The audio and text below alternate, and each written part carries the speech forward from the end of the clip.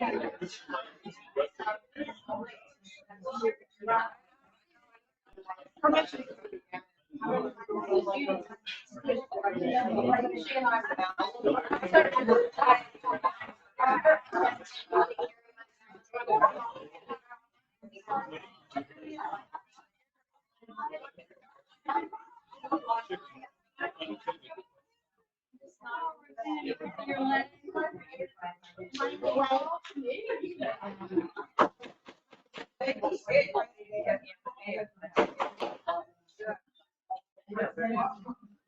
everybody. Hi. It is 6:30. I'm calling this regular city council meeting, the City of Wood Creek to order. It is October 12th at 6:30. We all rise for the invocation. Thank you, former council, for hearing that. You'd all bow your heads. Dear Heavenly Father, we just thank you so much for the chance to have some, to do democracy in even a small place as Wood Creek, Father. We just pray that we'd be able to look at each of the issues and look at them as they pertain to each of the citizens within the city, Father, and we'd be able to make some great decisions. We pray these things in Jesus' name. Amen. Amen. Thank you. For me, standing plate for the pledge is I pledge allegiance to the flag of the United States of America and to the republic which stands one nation under God, indivisible, with liberty and justice for all. I pledge allegiance to the one state under God, one and indivisible. Thank you.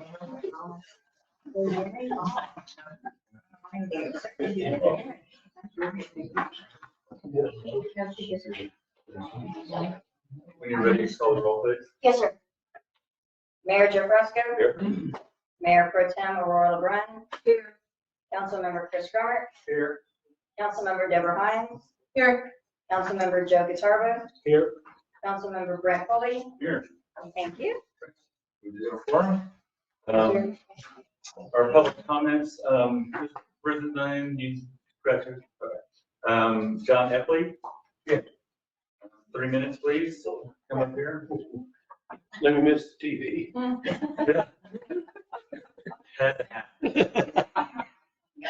I'm here to address item 9. I want to know why we need to put an arborist on the payroll at the city when a simple list of tree companies and arborists that you know have been vetted by you on a list that the residents could be choosing from. I mean, why have him on staff? I think I know why, but I'm really wanting to know why. Number 11, I'm wondering how we're going to be able to do anything with that pathway between Wood Creek and Mountain Crest simply because it's owned by the golf course. I don't think we should be touching it. Thank you for listening to me. If I could just point out a fact we learned about that property is deeded over to Mountain Crest. The deed is in Mountain Crest's name for the entire strip. I didn't get that information, but I can call and find out. Just FYI. That's what you're from Mountain Crest. Okay, they have a copy of the deed. Bob Henry. Good evening, Mayor, City Council. I first of all like to say congratulations to Jane for this award that she's going to get. If anybody drives out of the city of Wood Creek ever going towards Rancho 12 on Wood Creek Drive, you would see some of the work that she's been doing. And she's been doing it for, I've been told that she's been doing it for years, but I really noticed it in the last year or so. Pulling weeds with her big hat on, the shader from the sun, and just doing that work. And without nobody asking her to do it, she's just doing it. And I've seen part of her team, but I've primarily seen her. Amen to that. As far as the bond's concerned, I think at this time, I think that it is, there's poor timing in putting the bond forth for this election. It may be appropriate for an election in the future, but not this one. part of the reason why, and an example is that right now there's going to be a meeting on the 18th, and some of the people who are already in the city have already voted. So it's in that way, it's not fair to be able to give further information and they don't have all of the information. The other thing is there's no guarantees about the actual cost. I've seen the numbers, I've kind of run some of the numbers, and some people say that even $30 a month in an increase in tax would be too much. That's, for most people in this room, most likely that's nothing really. But for some people, it may be too much as an extra added amount. And the last one is the need for a compliance officer. I'm very happy to see that on this agenda. We should have always had a compliance officer. We should have replaced him way back when we lost our last compliance officer. And the main reason why is because if you're going to have ordinances, you should have a way to enforce them. And if you don't care about that, then just don't have the ordinances. Because the way it is right now, they're basically unenforceable without having someone like a compliance officer. That's all. Thanks.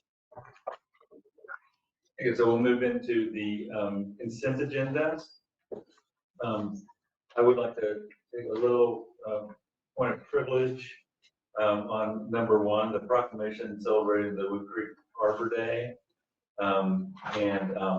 We have a proclamation, and I know we have members of the tree board here, so and thank you.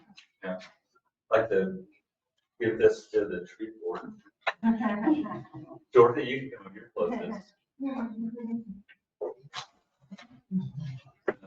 Wait, Oh, no, Monica, then you. Monica, you and Dorothy. Get it over. You can keep it and we'll give it to Cynthia, but Thank y'all. Arbor Day was a tremendous, rolled right into a great national night out, and great attendance, and lots to be proud of there.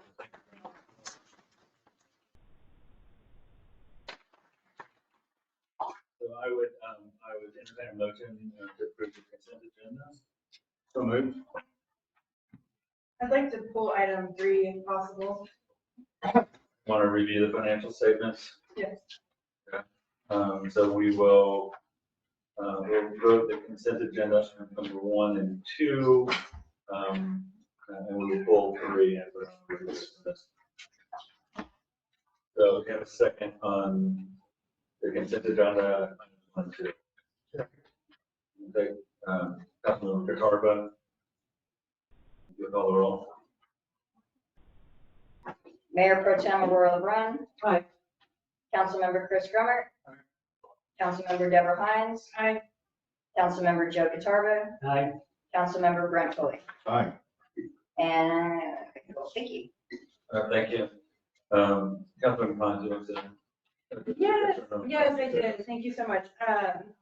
I have some notes here. Most of this is just sort of some statements. I did have one question though. On the law item 6000.50, Do you give us a page? it's on the budget item, which is page number, Law enforcement? yes, hold on. It is page 13. Right? Yes. 6,000 what? 5.50. 6,000.50 law enforcement. So you see that amount, $8,160, that was the amount Brenton Lewis had us amend the budget and add when we approved hiring the sheriff to patrol. And that was a prorated amount for the remainder of the year at the time. And it has gone up significantly. So I just kind of wanted to check on that. What's going on there? Are they patrolling more than No. the bill change? 3 to 4 times a month. Max, it would be $12,480 if they were 4 times a month. So it's 260 times 4,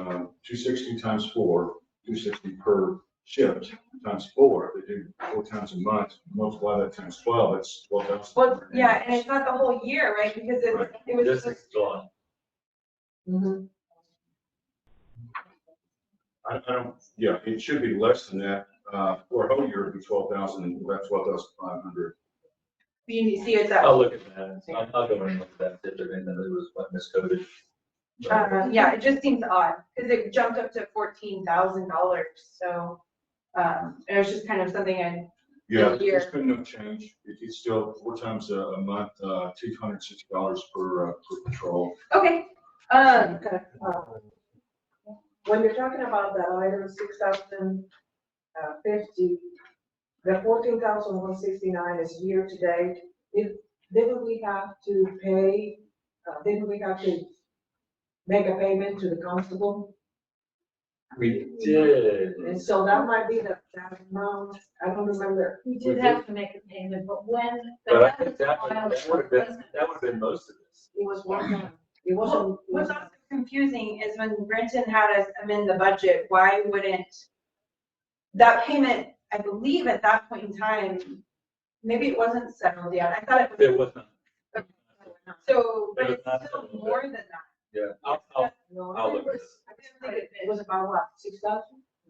I thought no, it it was was around 11 11,000. some months. Yeah, But it was. But that doesn't balance out with, I mean, you take the 11,000 that we paid the constable office and then add, you know, the sheriff, it would be more than. When did it show up? So the budget was amended. I did not, I can look at the date. I didn't write that up, unfortunately. Of all the things I did write down, but I can find it really fast. But so that was the date we amended the budget, and we added that $8,000 specifically for the prorated portion of the year for the sheriff patrols. So there wasn't even anything in that space. It had been zeroed out by the previous administrator. But the payment was, the discussion went on for quite a while about whether we owed them money or not. And it was finally settled. I wanna say That, at the that beginning hit of this fiscal year. Yeah, It very definitely. definitely hit this fiscal year. The number is $11,048.67. It was representative of 10% of what they come in with. I mean, it's possible that the 11, $11,048.67. it's, But it still doesn't match up with, like, if you take that out, there's only we've only spent $3,000 since February or whatever that was. Well, that was- sense. So when did we start the patrol? We started them last year sometime. We started them a couple months after we were sworn in. I think it was one of the first votes. let me just look at it. Let me get I the, don't think the we figures started on that. every week. So, probably It was like twice a month, and then I don't know. 4 times. Why don't we figure that out somewhere? I will figure, I mean, if you'll let me, I'll look into it, I'll see what the thing, if something has to be recoded. I mean, we haven't closed the year. I mean, we're still closing August. So if something needs to be changed, we can change it. And then, we haven't, like I said, we haven't closed the books on the fiscal year, so at least things will be fixed pretty easily. So I've got a note to follow up on 6,050. Okay, so my other comments, so, at the end of July, we had a projected surplus in a total of well over $100,000, and that's minus the Rescue Act funds. And this is, with lower revenues than expected on permits, inspections, sales tax, and disposal service agreements. So I just wanted to highlight that we were still under budget significantly on, our expenditures. How much? It's over $100,000 as of July. That has likely shifted a little bit. We did unfortunately miss negotiating that disposal service agreement because, I believe that was the responsibility of City Manager Lewis, and he didn't alert any of us to it. We actually got a pretty unfavorable deal with them, and now we're locked in several more years. We only amended this budget one time this year. The previous year had 3, and the years prior, there's been 4 amendments at times. We have underspent in the majority of the expenses categories, and we had over $146,599 in unspent budgeted expenditures. In some cases, I actually wish we had spent a little bit more, like on the Oakville We did. stuff. Yeah, so Since July, good. We did not spend the full $35,000 that City Manager Lewis had us move over into legal expenses. He was very concerned. That's what that whole budget amendment was about, aside from the sheriff. In fact, we only spent about $3,868 more on that item. And that was not for the elected body. We never spent the first 3,000 there. Our general, so the other item I wanted to point out is 9077, general fund accrual. So if everybody could look at 9077, general fund accrual. This is my last budget discussion item. Is everyone there? Yeah.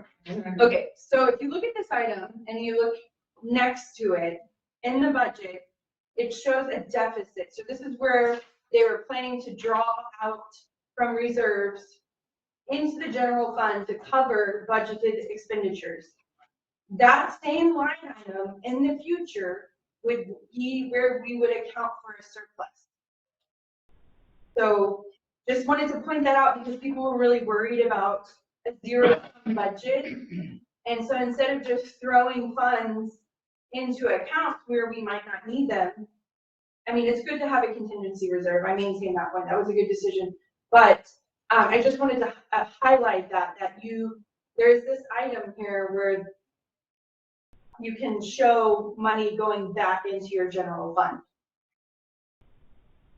Just like you show a deficit there. So I just want to put that. Any other comments on the financial statement? I move that we approve the financial statements for July. And we need to look into the law enforcement. All right, second. Second by Councilmember Romer. Call the roll, please. Councilmember Chris Grummer. Aye. Councilmember Deborah Hines. Aye. Councilmember Joe Pitardo. Aye. Councilmember Brett Foley. Aye.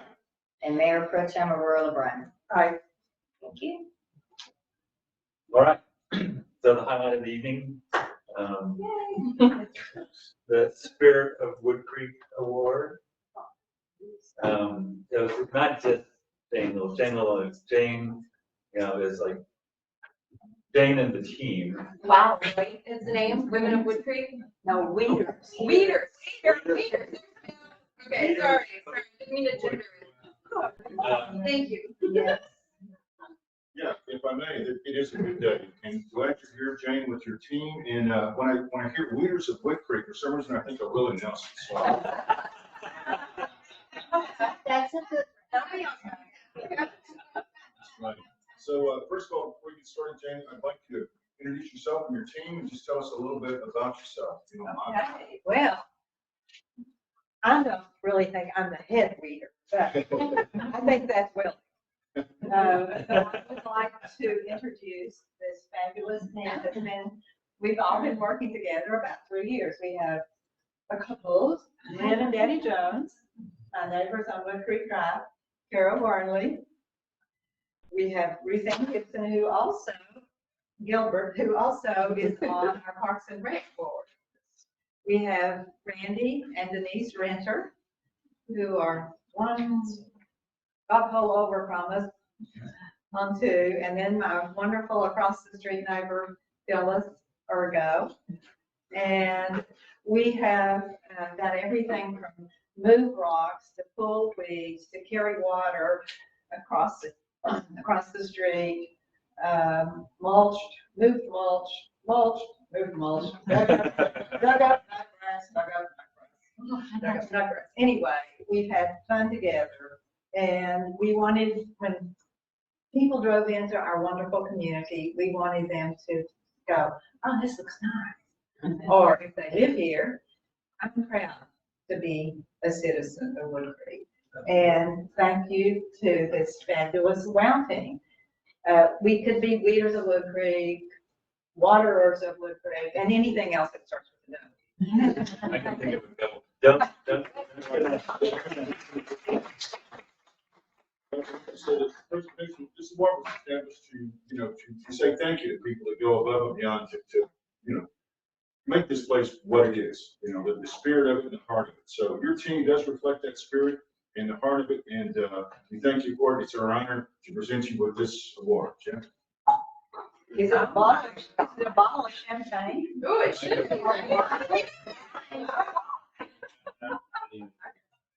And I am going to call a very brief recess, because since we've got so many people together, I think we want to go outside All right. and get a little nicer photograph. There it should be. The- One last thing, this is an order from the city. You gotta go to Danny and Lynn's back patio, and you gotta celebrate.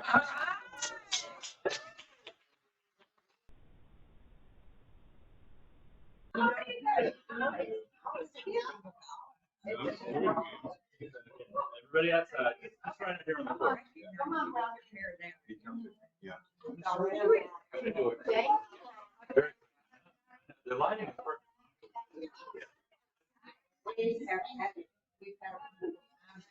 Thank you so much.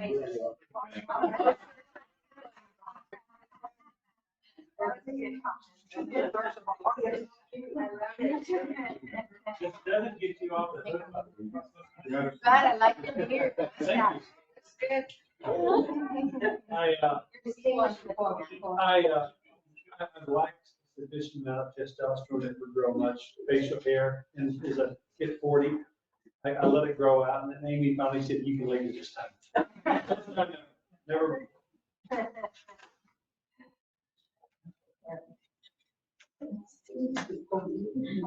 Yeah.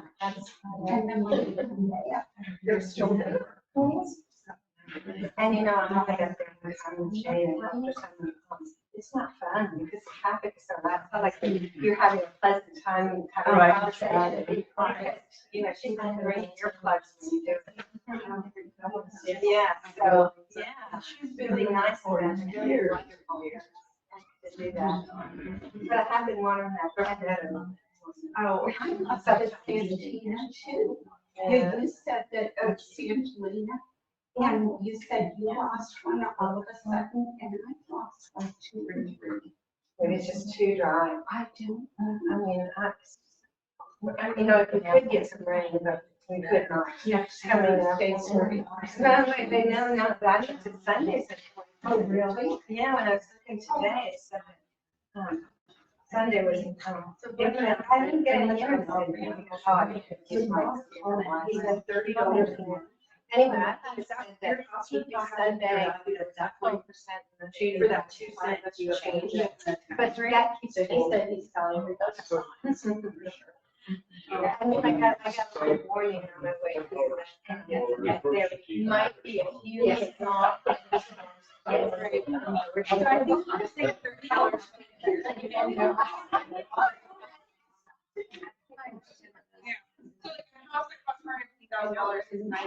is What? increase. Yeah.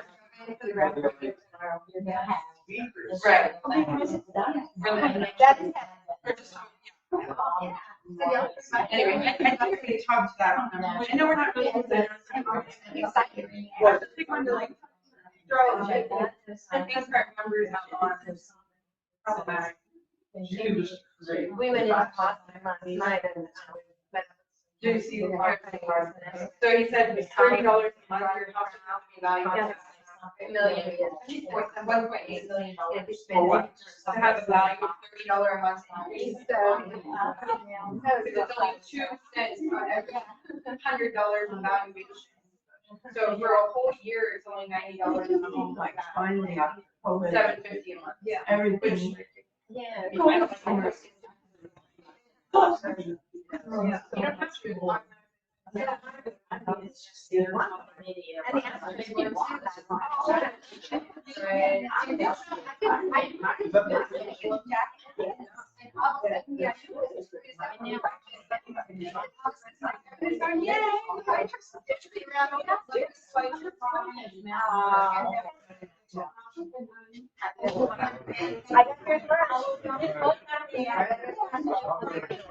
Next time.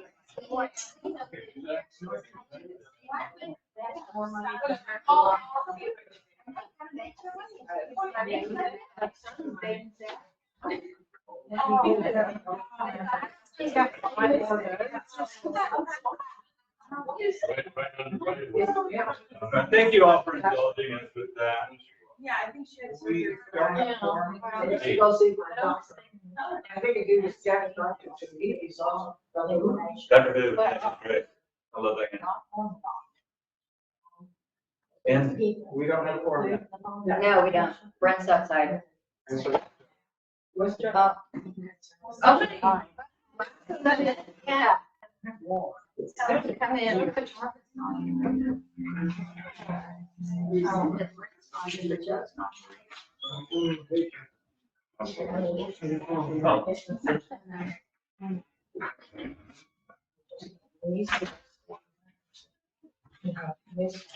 all right, now call recess at 6:55. Appreciate your indulgence with that. It was just so wonderful. All right, item number 5, the new farmer's market. This is simply an announcement of their new farmer's market every Thursday. I just saw it for the first time. In fact, the other day from 2 to 6 over here at the corner of Renfrew 12 and Leonard's Mill. Anything to add to that, Councilmember? Next announcement is about the town hall, discuss the upcoming bond election. It is coming Tuesday, October 18th at 6 o'clock. And the location is the VFW. Everything we sent out says 5:30. Oh, 5:30. I'm sorry, okay. All right.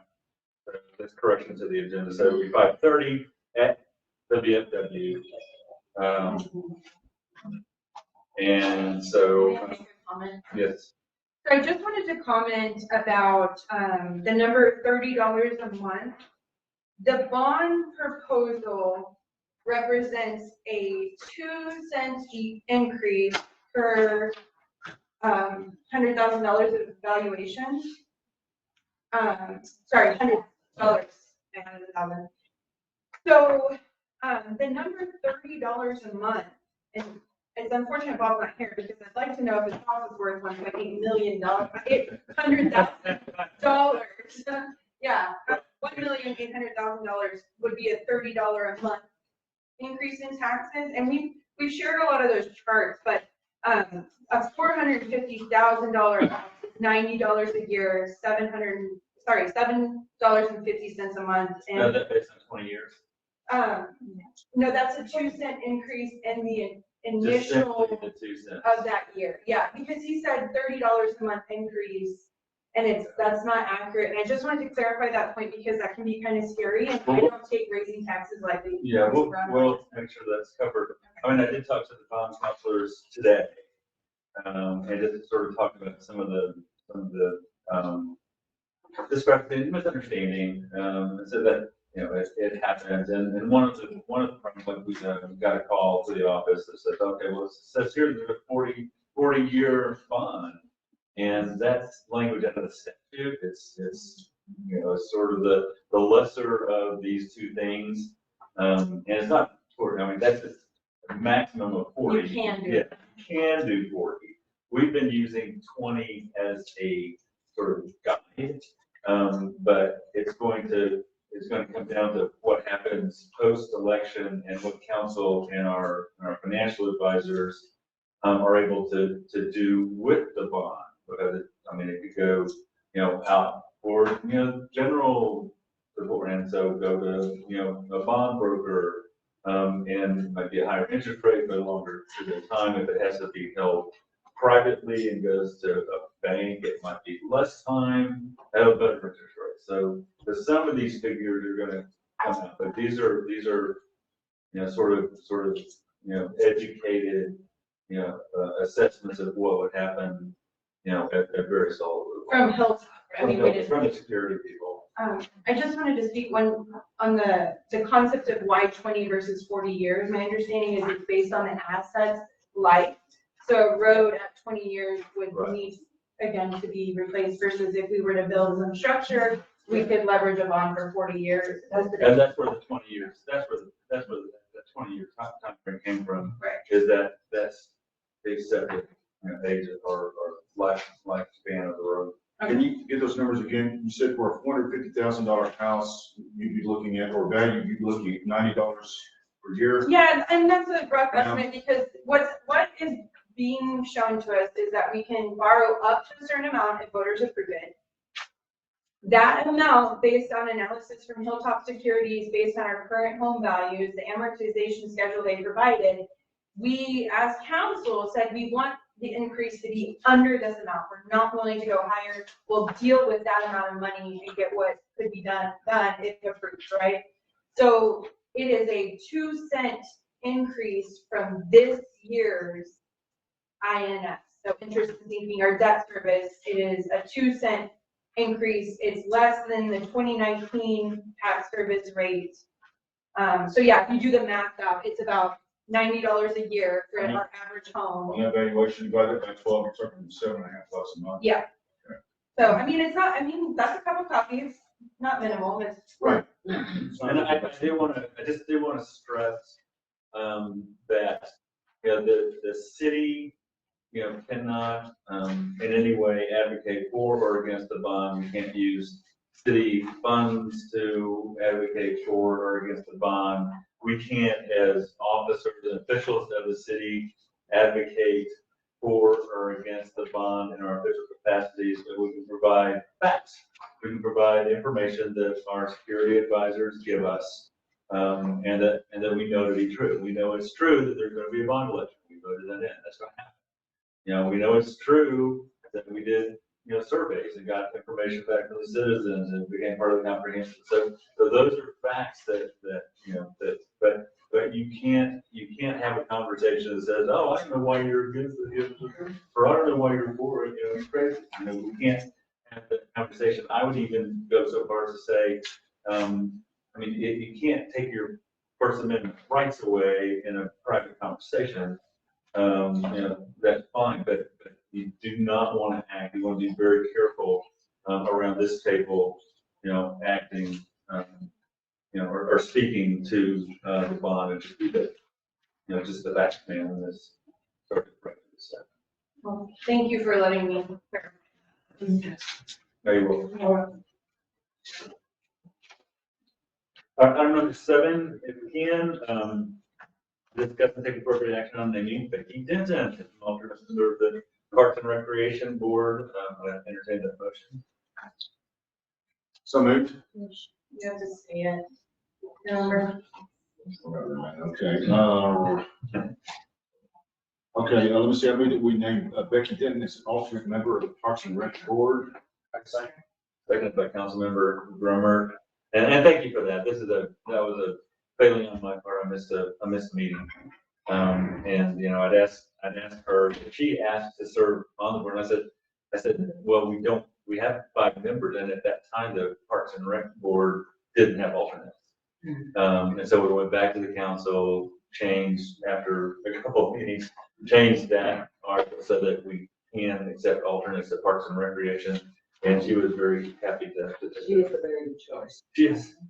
I have worked with her in the past and other projects, and she's a very good choice. Do they still need one more?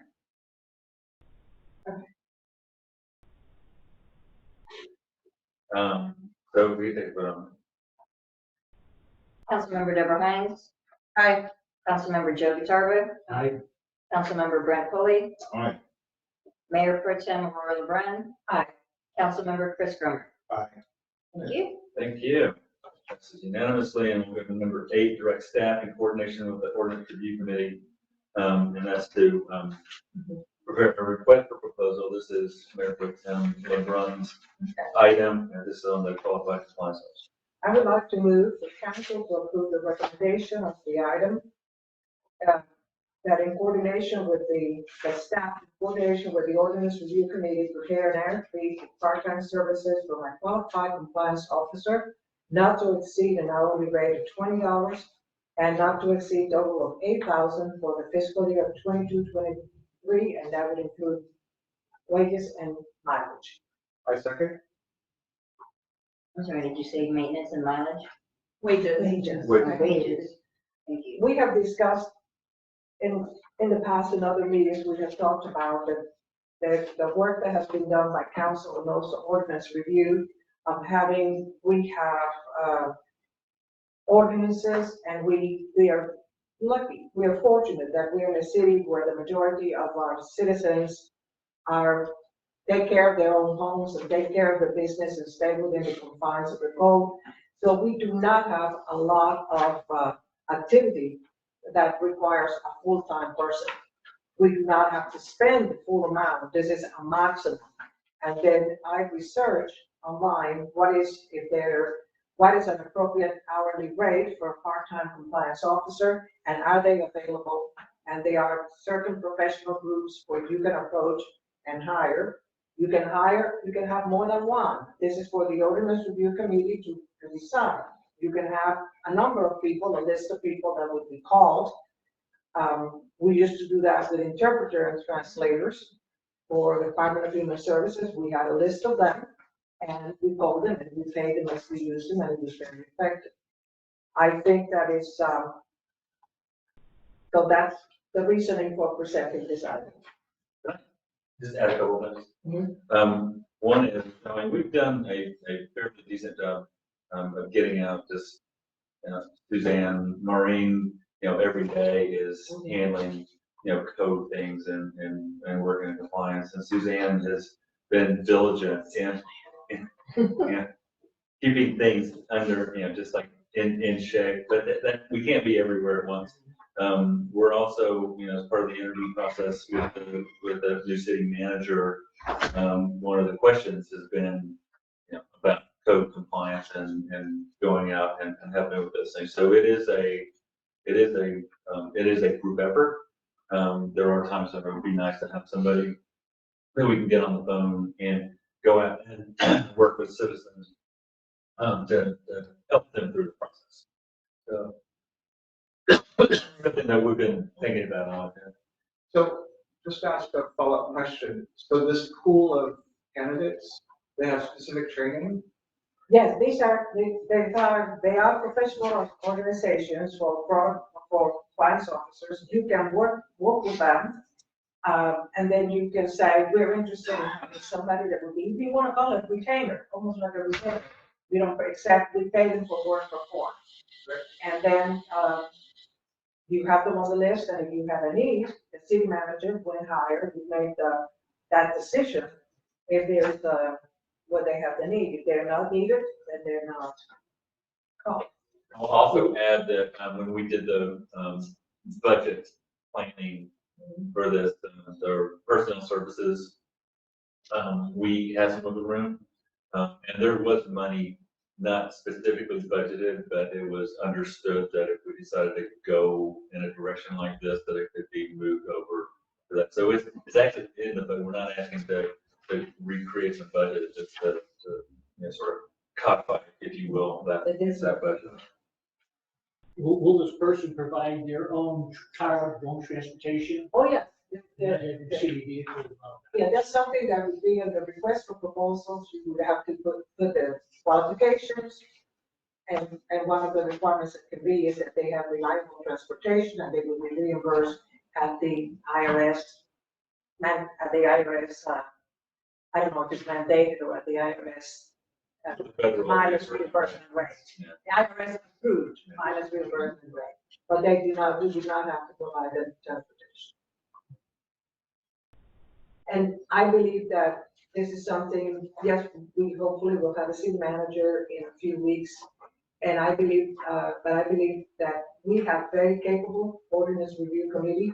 We have a very capable group of citizens, and they are the ones that are cleaning up the code and putting together what is necessary. And I think that it's proper for them to decide to draft the RFP, decide the qualifications, and then bring it to us for review. You yield to Councilman Hines? Yeah. So, as a principal, I think we need, somebody with certain experiences and trainings and credentials. And so I see that you're wanting to recommend it to the ordinance review board to draft those things.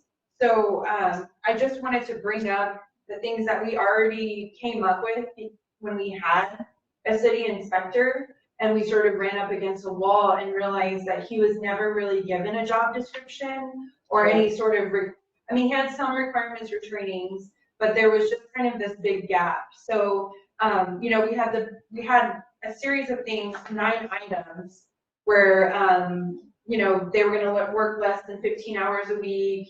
You kind of established some of that. One of the big things was the verification process for citations and letters, meaning making sure that there's a system to check if the citation goes out, that it's actually an accurate citation before it's sent out. So some sort of verification process. We also wanted monthly reports on citations and warning letters, both categories, whatever was sent out. They had to have the code enforcement training, and you just addressed that that this company ensures that already, right? And so is this person also insured through this company? Meaning like if they're injured on the job or whatever, the company pays for all of that? Is that accurate? Those are all the things that, as I said, as you get ready to develop the RFP, you're gonna have to do some research. Okay, I just wanted to go over this list. And I think that every one of those elements that you had mentioned should be in there. I also think it's important, I mean, coming from a background of where I did investigations and enforcement for Medicaid fraud, people don't like a role, they feel that they are looking over their shoulders, but there is a way to get the people that you are doing compliance for to work with you. And I would like, you know, with all the new ordinance, with the ordinance that we have, I would like to see someone that has the skill to talk to the citizens, to educate the citizens, instead of being simply punitive. That's what I would like to see. So this person would likely also need some sort of training on our code and procedure for addressing citizens. Yeah. I just want to go through the list because as liaison, and they're gonna want direction, I think. right? If we want action on this, they're gonna need direction. So we also said annual de-escalation and customer service training. So I'm guessing this company would provide that, or we would have to somehow pursue that with them. Yeah. I don't love the idea of a pool of people, just because I feel like if you have one person, people get to know them, you know? It's your choice. I mean, that's the ways to go about it. One person has consistency and the pool is, you always have one available, but it's up. Yeah, it seems like maybe you pull the pool if previous measures have not worked with a resident, if they're non-compliant, they're aggressive or whatever, you need somebody to back up, you know, staff in the moment or whatever, to call the pool. But we also said that we wanted letters and violations sent to residents of a form and substance that council would draft. We never did that. They should include a picture, citation of code violated, and description of what residents should do. Because previously you would just get this letter, no picture, just said you were out of code, and there was no like how to fix it. Sometimes the code wasn't even copied in the letter itself. You had to go find how you had violated the code. So we need to do that. We already have those templates. Great. Yeah. So staff develops them. Cool. They just need to come to council then. Or, I mean, I'm saying that this is what council already decided in a previous meeting for a city inspector, code compliance officer. Well, I'm almost done with the list, sorry. Creation of a formal complaint process for residents to submit issues about staff, officials, and the inspectors. A city inspector shall not attend the meetings, we said. We shouldn't be paying them for this. And then they should not perform other non-code related work. No. Okay. I move to amend to include that list being sent to the ordinance review committee. Yeah. Which is the liaison. I second that. No, that's a good move. Good. That's it? Any other comments? Vote on the amendment to add the list to the motion. And that was, I'm sorry, Councilmember Grummer, who seconded? Me, I.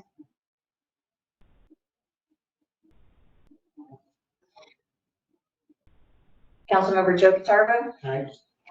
Councilmember Brent Foley, Aye. Mayor Pro Tem Aurora LeBrun, Aye. Councilmember Chris Grummer, Aye. Councilmember Deborah Hines. All right, the amendment passes. Let's vote the main motion, please. Item 9? No, You need the main motion. we have to vote on the main motion. We have, oh, that's right, we're still gonna vote. Councilmember Brent Foley, Aye. Mayor Pro Tem Aurora LeBrun, Aye. Councilmember Chris Grummer, Councilmember Deborah Hines, Aye. Councilmember Joe Pitarva. Aye. Thank you. Motion passes as amended, 5 ayes and Thank 12 you. nays. We'll move on to item number 9, also Mayor Pro Tem LeBrun's item on work with the tree board and city staff and liaison to work at RFPs for part-time arborists. I would like to move for council to approve the request for the city's tree board to develop a draft RFP in coordination with city staff and with the oversight of the council liaison for a part-time arborist that would not exceed 8 hours per week with a maximum expenditure of $9,500 for 2022-23. That would include mileage reimbursement. Draft of the RFP to be presented to council for review and approval. I second. Second by Councilmember Burr. What was the amount? What was it? 9.5? 9.5? Oh, it's right here. Um, I was reading up here, it's all in here. If you read the cover, I always thought that one of the major, there's no question that one of the major aspects of our city is natural beauty. And the trees are not only an asset for the natural beauty, it's also for those of us who live here, our property values are increased by our trees. And we are seeing, right now, we are seeing again, after some years of not so serious incidents, quite a bit of oak wilt that is threatening the trees in the city. And I think that we have a very thorough tree ordinance. I think that we have done an excellent job as council and also with the support of the tree board of having an ordinance that protects the trees and also assists the citizens. And I believe that an arborist is needed to achieve the goals of the ordinance. And as we see, recently we had quite a few number of trees. We had a good number of trees on the I was gonna say ETJ, there I go again, on the right of way that were dead. And I can see from my house, some trees that are obviously affected by oak wilt. This is something that I encourage council to consider this request. Councilmember Pitarva. Would a person like this be like an independent contractor, or would they work for a tree company? It could be either way, but like I said, regardless of where they come from, these positions are independent contractors. And it's a benefit to the city to, if possible, to have independent contractors because you don't have to have all of the, once you create an employment-employee relationship, then there's a lot of other issues that come into play. And with an independent contractor, you do not have to go that level. That's why I think it's a good way to go. Can I get some expert testimony here? Oh, Lord. No, I do have a question. So, so typically, if you've got, like an arborist who's certified in Oakville, right? So we would want that. That's not a certification, yeah. So they may have a different, but basically they're taught to recognize Oakville more than just your arborist officer. Right. Would they typically be employed by, or would they be a contractor that is affiliated with? So you have a wide array of options. Okay, so, when you hire a company like Bartlett, they have an arborist on staff, which is all that's required. Right. The people who come and do your work are rarely arborists from companies like that. I'm not saying that's what Bartlett does, I'm just saying the large national brand or even state brand companies, they're not sending arborists out to your property regularly. For one, it would be very expensive. A true arborist can be very expensive. You're talking like $150 an hour. An arborist, an independent contractor would likely take a municipal contract, like something like this for the city, and they might be willing to work for $20 an hour for things like assessment and diagnoses. And in fact, sometimes they even do that stuff for free, so be smart about the way you negotiate this.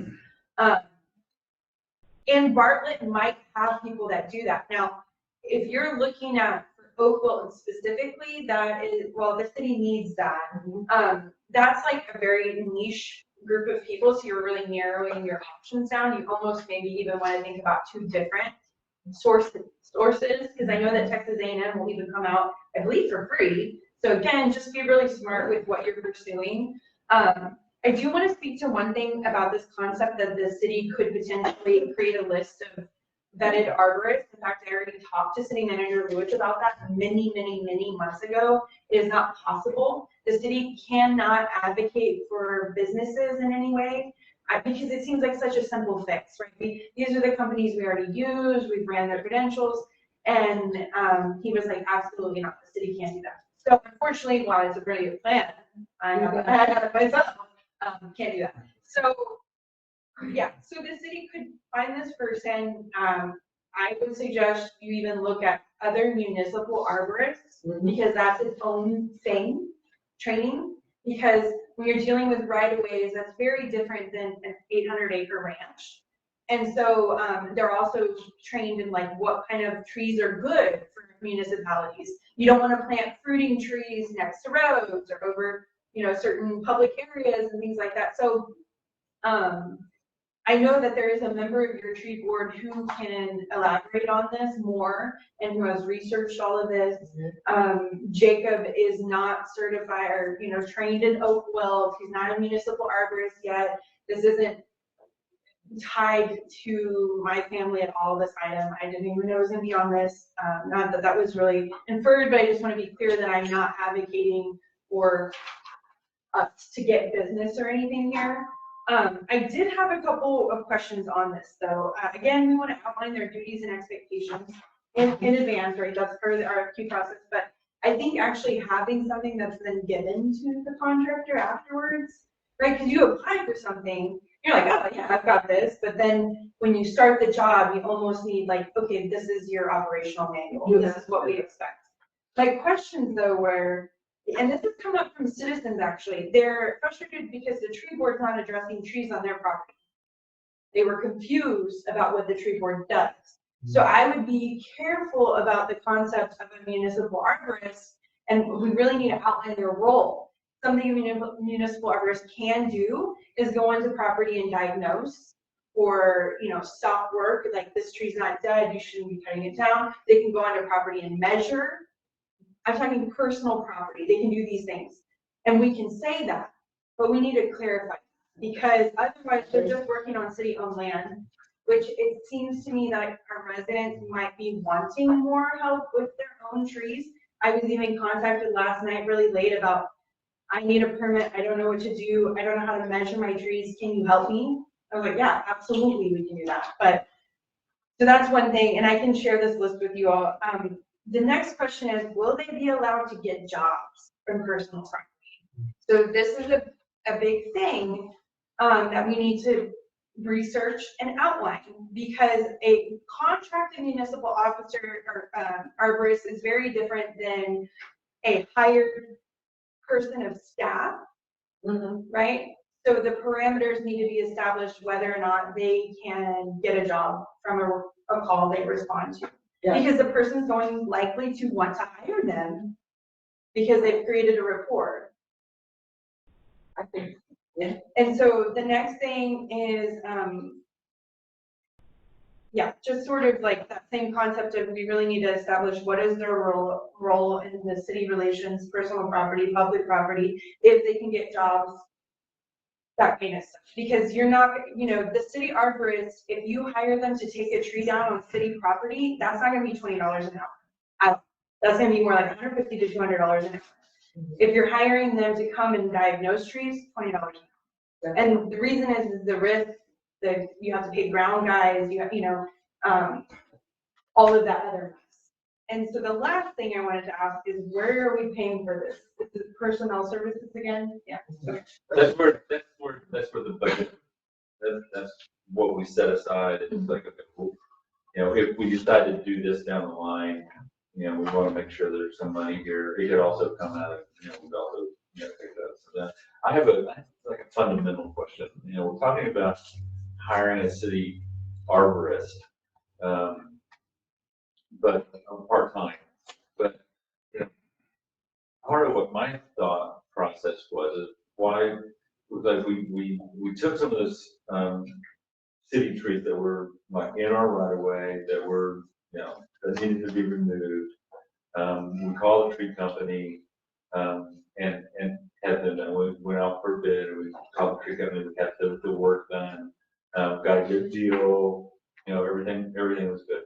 So why wouldn't the city want to, instead of like hiring a municipal arborist, go under contract with a tree care company that had a municipal arborist on staff and have them on contract for the year, so that we could say, hey, we need y'all to come out and take that tree out of the right of way. By the way, have your arborist check it out, make sure it's nothing, or we don't need this tree removed, it's on private property, but we need the arborist to come out and work with the citizens. So the contract is with the company, so that we don't have to go out for 3 bids every time, a tree dies on our property. It's a really smart plan, in most cities, I would say a lot of cities have something like this set up with a lot of services. Trees are just one of them. Like, a lot of times they'll set up something for, depending on how big their facilities are, plumbing, right? Electrical. So this is common, this concept of contracting. The biggest, what I anticipate being an issue is, one, finding municipal arborists specifically on staff. Because that's its own little thing. You can definitely find certified arborists everywhere. We have like 5 or 6 in Wimberley alone living here. The one problem you have, anytime you hire this company, they're gonna say, okay, what's your budget? $8,000, that's our contracted amount. And they're gonna take that full amount, and then they're gonna give you a limited amount of hours they will come out and service the community. And you will have to be diligent about making sure it's the actual certified arborist coming out. And that's the difference with going with more independent, smaller scale businesses. Like I said, there's like 6 located in Wimberley alone, because that man or woman will show up to your property themselves. And there's one of the guys, a good resource is that little Wimberley magazine that comes out. If you want to talk to someone else, there's a person who publishes in that regularly, who's a certified arborist. I think he has a bunch of the other things, like Oakville, municipal, all these things. He could be a good resource to pick his brain a little bit more about.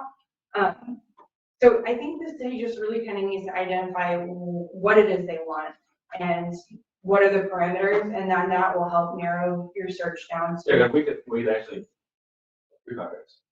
You almost need something separate for Oakville, because the Oakville, there's like only a couple companies that specialize in that. Not only that, but if it's the city arborist, we'll call it that, that can come out of personnel. If it's, a tree company that do work on our behalf under contract, that can come out of a different budget fund. And you might want both. You might want a contract, or like you were saying, all of those tree removals throughout the city that need to happen randomly, or tree plantings for that matter. We dug that hole, that took hours. You have to rent that, so that's its own contract, and I think the city would be very smart to just kind of nail somebody down annually for that. So you got all those notes, Mr. Liaison?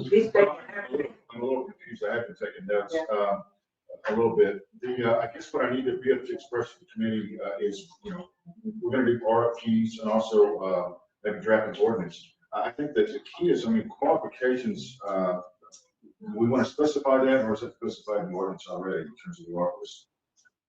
It isn't, meaning our, ordinance requires a certified arborist on heritage trees only. Right. It's recommended for protected trees. However, if you look at our green space ordinance, I believe the city has stricter ordinances or guidelines for our own property. Right, so what I'm saying is when I go to the committee, what do I tell them in terms of qualifications? Do we have a recommendation for that or not? You absolutely need a certified arborist. Going with anyone else is, it's just. But they don't necessarily have to be certified in a. Yeah, that's its own thing. It's like, I don't know the word. It's like, I'm gonna say. What else are they gonna do? Isn't that the primary thing they'd be doing is dealing with oak wood then? I mean, what else are we worried about, man? Planting, I mean, There's all kinds of. I'd like to- trees and- yeah. Well, that's kind of what I'm trying to get. So you just want to generalize certified arborist, and then the oak wood is important or not important? Very important. Okay, so there's certified in oak wood as well? No, so those could That would be be a two bonus. separate things. And Texas A&M, like they come for us, so they might be willing to do a lot of that initial groundwork. Because the deal is even a certified oak specialist, we're just gonna keep using that word certified because I can't think of the other one. They're still sending their lab specimen off, Yeah. like we did Texas A&M. So if you just go directly to that source for that, stipulate that and then find out from them what they offer. Okay. Could we ask, Mr. Flocky to come meet with the tree board and talk about what some of the. Sure, yeah, that's an idea. We don't have to have that done like next week. Right? Could I offer an amendment? You created a quick list that I really enjoyed about what should be considered in the contracts and stuff. Okay.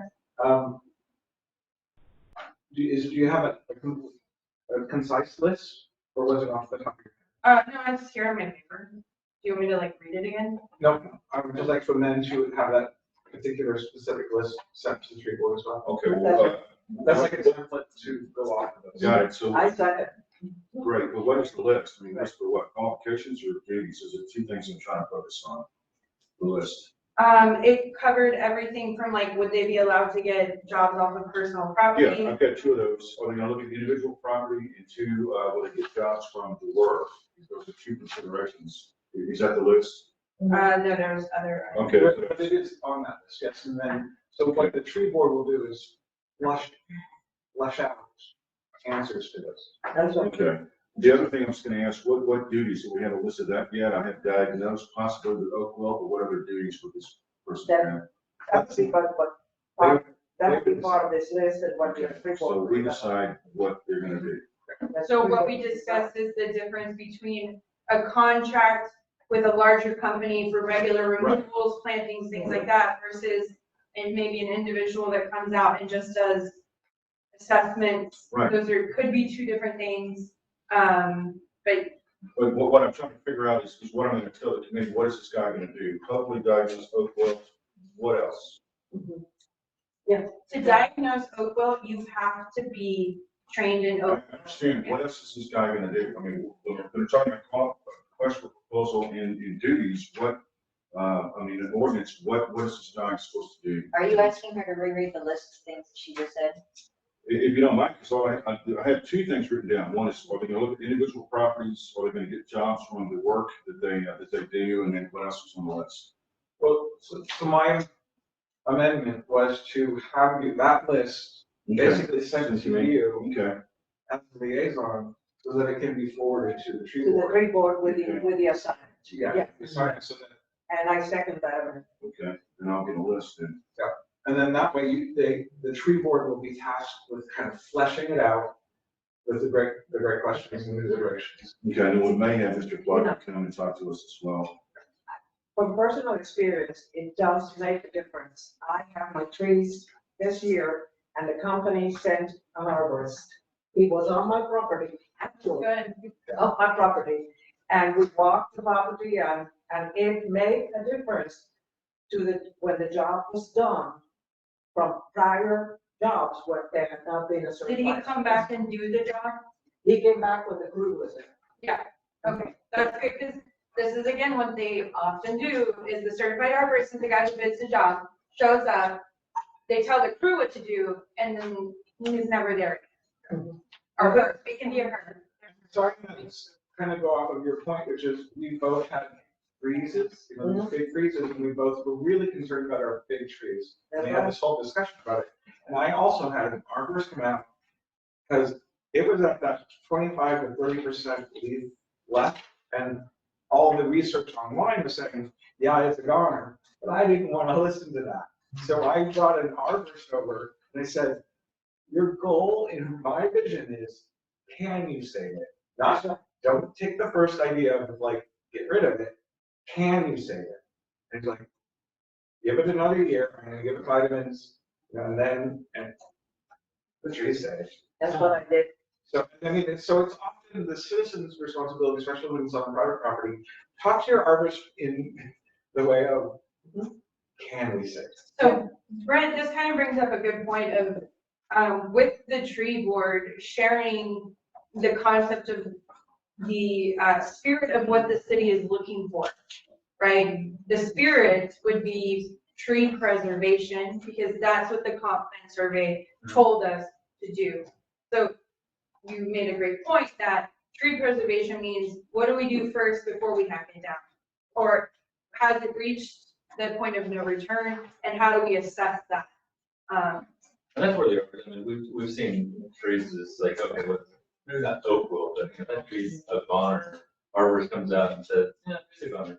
I mean, there's still green stuff around it, but it's a goner. It needs to go. I mean, it's dangerous. But we've also had the reverse, where a citizen might, like myself, looked at the tree and went, yeah. Yeah, but that's why you have the arborist. Specialist, and that's what I think is a great idea of Something- having somebody in the city or a citizen go, can you come look at my tree? Benefit to this is if the contract, it obviously has to be renewed annually, but if you were to get the same person or somebody familiar with our trees, so something that often happens in the business is they actually need to watch the tree over a period of 3 to 5 years to really be able to tell you, because trees go through phases just like human bodies.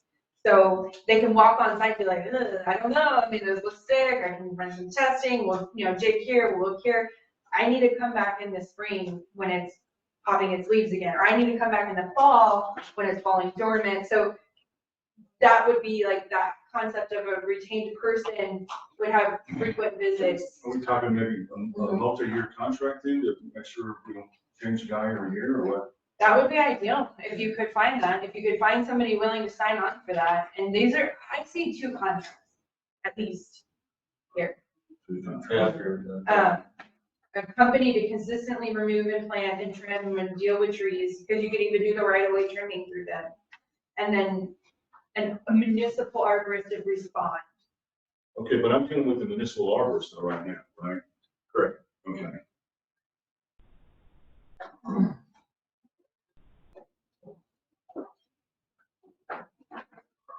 All right, so we have the amendment to share the list, so we can vote that. That's the only amendment to the motion, correct? Yes, sir. Okay, so let's vote on the amendment. Councilmember Chris Grummer. Aye. Councilmember Deborah Hines. Aye. Councilmember Joe Guitarva. Aye. Councilmember Brett Foley. Aye, by the way, I've made notes and I saved this and I'll wait for the list of the council. Aye. Mayor Pro Tem Aurora LeBrun. Aye. Five ayes, no nays on the amendment. Vote the main motion, please.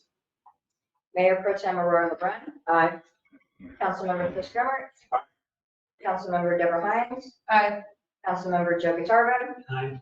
Councilmember Brett Foley. Aye. Five ayes, no nays, motion carries unanimously. And we'll move on to item number 10, which is also Mayor Pro Tem LeBrun's item on reviewing contracts and agreements with professional services. Okay.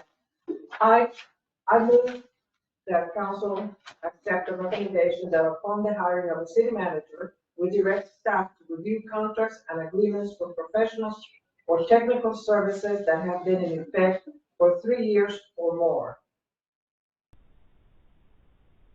My second? Okay. Is seconded by Councilmember Bremer.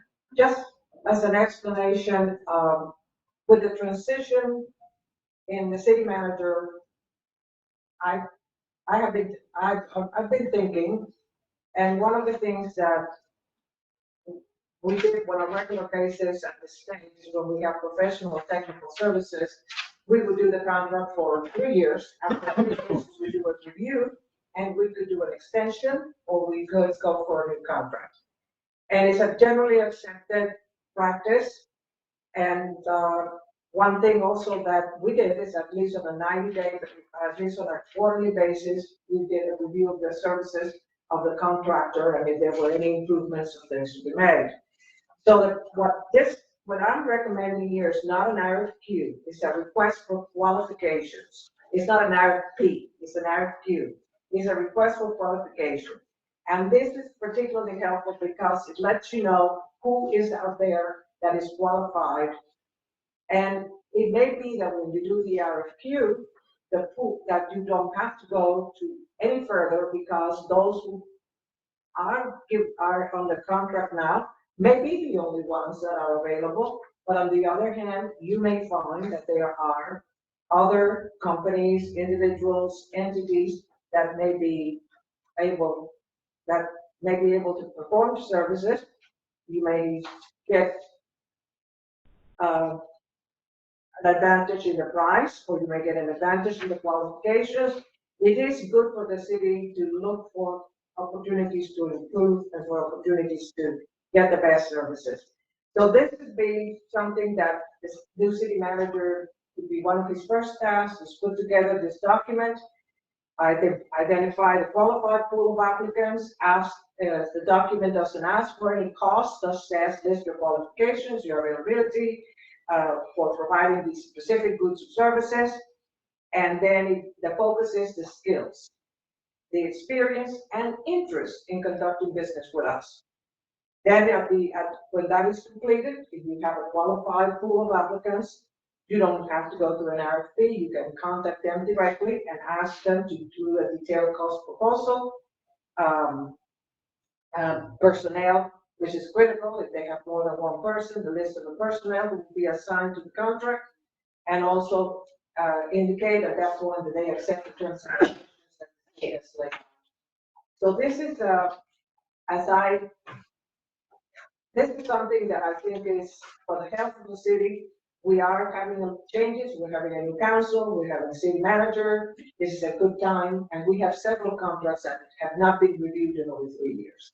Got just a question of this. So as part of this process, are we also laying down a procedure so that contracts that we do enter into default to a 3-year contract? And so as we renegotiate whatever, or as we get into new contracts, that we look at a 3-year window for these contracts with an out, of course. I mean, you always. I would encourage that. I didn't say specifically this. I thought I would encourage that. One of the things that, we've had franchise agreements, and some of them, they don't get renegotiated, but we have an experience with, we have an experience in negotiating one that we were able to get some more acceptable terms for the city, get more work done for the same amount of money that we were paying. So it is, and we did not change the contract. We kept the contract, but we got better terms. We saved money. So those are the things that why I encourage the city and the future council to do this. Every 3 years, have your list of contractors and review them, because it's shopping. We need to shop for the better services for the best price. So that's the reason for this recommendation. Do we have a review of individuals giving these services to us now? Do we do that? Not really. I mean, this basically would serve as that review. Okay. Right? I mean, yeah, this would basically do that. Would have been on annual basis, review, not saying RFQs every 3 years. And it could be. So if you enter into a 3-year contract, then you can work into the contract, that of course you can, 30 days notice or whatever, or you can put in the contract that, you'll have an annual review, just as you would like the city manager is probably gonna sign a multi-year contract. But the person is going to be reviewed annually. Because I think we actually have an annual review in our, They should, I, For I some highly- for some positions, yes, some positions. I mean, I made the recommendation here that you should, I mean, if you have a school term with city managers, you have every 90, every quarter, you should have a review of that contractor. What has transpired? If there is anything that is not going, then you talk about improvements. It's beneficial for the contractor, it's beneficial for the city. Now, that's something, right now, my recommendation is that we begin this process with the 3 contracts that are over 3 years old, and by doing an RFQ. So could I ask for the specifics? So we only have 3. We only have 3 that are over 3 years. Information technology, legal services, Bookkeeping. yeah, but the 2, yeah. Because the way it was worded was, And then we have the city engineer, but they're not 3 years yet. And I don't know what K3 is going It's 2 that are over 3 years, 3, yeah, so the city engineer will be next. last year. Well, it's been 2 Yeah, years. that would be it. Yeah. Did you have any more points? no, I just wanted to specify that we're only discussing 3. I would like to make an amendment to this. Because I'm worried about an appropriate timeline for this request, meaning the city manager, when hired, is approaching training, learning the office. I mean, so I just want to set that person up for success. So I would like to amend that this starts January 2023. That's fine. Just to give that person some months, because then they're, I mean, there's just a lot. There's the Platinum Panel Road projects that would need supervision, of those little side streets and things. So there's just a lot being thrown at that hire immediately. So I accept that amendment. I think that's a very good idea. Give the person at least 3 months to get their feet wet. Yes, good idea. Yeah, I'm about the amendment. Mhm. You ready?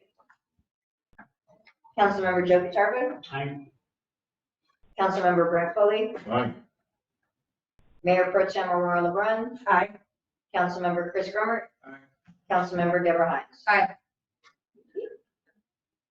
Okay, so the main motion, again, is to do these reviews on a regular basis as this becomes part of our scope. May I continue a little bit of the discussion before we get to the vote? Recommend upon our direct staff. Are we considering city manager, city secretary, and administrative assistant as those that we are directing to? They're not, this is about contractors. So, no, he's asking who is going to be reviewing Because this. it says recommend. I'm sorry. Who's Recommend upon hiring city manager, council directs staff to review contracts, and I want to verify that what we're calling staff at that point is city manager, city secretary, and administrative assistant. Really, this is a function of the city manager. We won't be more specific. Well, I want to, That's what he's trying to highlight. yeah, What is the direction of this because you. motion? Yeah, you made the motion to direct staff. Do you want to be specific to? city manager? You want the motion to direct, to specify the staff? I'm asking the question, and then I'll turn it into a motion if you wish. Okay. How is your intention? My intention is that upon the hiring of the city manager at an appropriate time for orientation, that the city manager, with support from staff, take on this process. I second that motion. Already did. So, No, because so let's, it's not, It's just an amendment. it's not written that way, Right. and it wasn't originally voiced that way. Yeah. So I wanted to make sure that the city manager was in it, because the way it was written is, Yeah. upon hiring the city I see. manager, The staff. Staff. That's I fair. would like to amend the motion to what I just said, if I can remember it, that Watch the that council, upon the hiring of the city manager and an appropriate time for orientation, that beginning in calendar, January. Yeah, we've already voted on that. the city manager begin the review of professional and technical services contracts that have been in effect for 3 years or more. And this is to begin no sooner than January 2020. Including the city there. Yes, it's being directed to city manager. Right. And that was seconded. Yeah. If you needed that. It was, So it's a word, it's a. Sorry.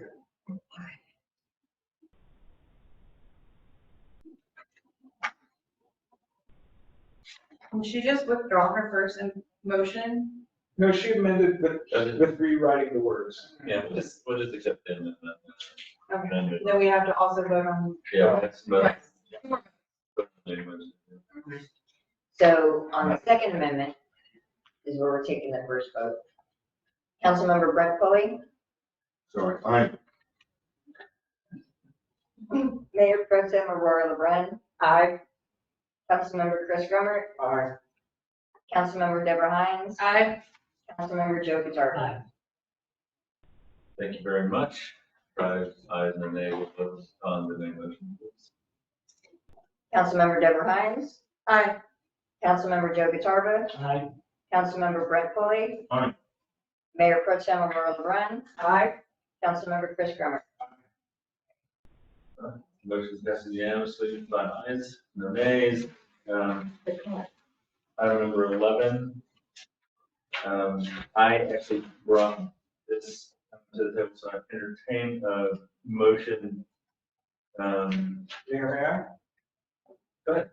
Discuss and take The word appropriate down. action on sharing costs on safety improvements on the path between Wood Creek and Mountain Crest at the northern intersection of Brook Hollow and Augusta Drives, with Wood Creek share not to exceed $600. Second. Second. Second by Councilmember Hines, and the motion would simply be to be sharing costs, right? So, I did speak several times and met with the head of the Mountain Crest POA, and that for those of you that are not aware, there's a path that runs. I mean, if you just kept going straight down Brook Hollow across Augusta Drive, you go up this path and into Mountain Crest. It has been well used for many, many years, but not well loved. And it is frankly dangerous now when you take, there's a little S curve as you pass the homeowner on the Wood Creek side, the homeowners on the Wood Creek side, there's a little S curve and then it goes onto the side that the Mountain Crest in that turn is so eroded out that like a golf cart could conceivably flip and go right in. In fact, the homeowner on the Wood Creek side has complained that her fence has been hit. But so what the concept is, and Keith at in Mountain Crest did the research on it. They've got like a land person who did the deed research, and sure enough, that whole strip was deeded over to the Wood Creek Mountain Crest Property Owners Association years and years and years ago. They got a copy of that deed, and so they went to their POA and said, we're just going to get some gravel and lay it down there and smooth it out and just sort of fix that base. And we think it's going to be about, it could go a little over $1,200. And I said, I think it would be appropriate for us to, help out with that, not to exceed, the 600. So $600 is being split, right? No, it's $1,200 piece, so our part of it would be. Because I was gonna ask, how much work could you get done for $600 anymore? Yeah, it's pretty long. What they're trying to do, they're gonna do a lot of, it's gonna be mostly volunteer work, but they're gonna, they got somebody, I think, that's got some small earth machine or something to get it to where it's, sort of back down. Question is that So the entire, even the section that's in Wood Creek is been deeded to Mount Crescent. That's what they're telling me. We're gonna put that on. Yeah, they're in the. You know, and, you know, frankly, you know, the deed was just something that was a happy, you know, because they'd already been talking to Jason. We've been talking and said, you know, somebody's gonna get hurt. And we're gonna get the documentation. Yeah, we'll have copies of the documentation on the deed, just to have it on file. But and it is a simple thing. It's not like they're not going in and, you know, asking. And they chose the cheapest quote. The quotes are in there. And it's, also, by the way, I would just say that Keith has been just under law. You know, we've been talking ever since the, land use workshop, when a lot of the, Mountain Crest people were over thinking that we were trying to, that we were going to be annexing, you know, territory. And I mean, there was a lot of stuff that went around. There were people, you know. Somebody sent a packet out. Yeah. And like highlighted our old vision plan that was previous to the state law changing. Yeah, and so I reached out to them and just said, listen, you know, you don't know me, but I've come to you on your website, and I just need to tell you that is not the case. And his name is Keith Keeler, and Keith wrote back and said, we get it. We think we know. But they did attend the land use workshop and got some of that. So this seems like a good neighbor effort. It's pretty inexpensive. My only question was, are we giving them the money up front? Not to be rude, but, you know, are they gonna submit a receipt once it's done, and then, and are they clear that we're only gonna pay up to $600? So if it goes over. I told Keith that I was personally gonna put this on the agenda, with a not to exceed $600, and that our share would be half or less. Because if it goes into 1,500 or something, you know, we're limited in our base expenses to $600. Okay. And they're providing a receipt after. Yes. Yeah. Okay. I'm glad we're doing that. That's a neat little trail for both of us and for them interested. Oh, there's people, I mean, if you watch, there's people going back and forth, you know, every day. I mean, we've used it, I mean, because we don't have a, you know, a decent playground. We've taken the grandkids by car through there over to, what they call the other world. Mountain Crest, the playground over at Mountain Crest. That's what is the world. So we know. To do that, and Keith has talked to the neighbors. You know, everybody's you know on board, and they're the board members, the POA board members are all aboard. I just wanted to get it. I just wanted to say, you know, be a good neighbor, and I hope we can do this. Is this the one from 2003? Is it the easement from 2003? Yeah, it's full enough. The deed? Yeah. Yeah, it was a long time ago, but it. It may be even before that. I think this is the one from Robert Randolph to the Mountain Crest Community Association. Okay. Can't imagine there being more than one. Well, there's other documents mentioned. Is it an easement or a deed? It's an easement right of way without warranties. I mean, it's a non-exclusive easement. Yeah, we have the right to improve it. It's pretty good. Oh, yeah. Cool. That's it. Chris City. All right. Wait. Mayor Pro Tem Aurora LeBrun. Aye. Councilmember Chris Grummer. Aye. Councilmember Deborah Hines. Aye. Councilmember Joe Pitarva. Aye. Councilmember Brent Foley. Thank you. The other world thanks you. Bye.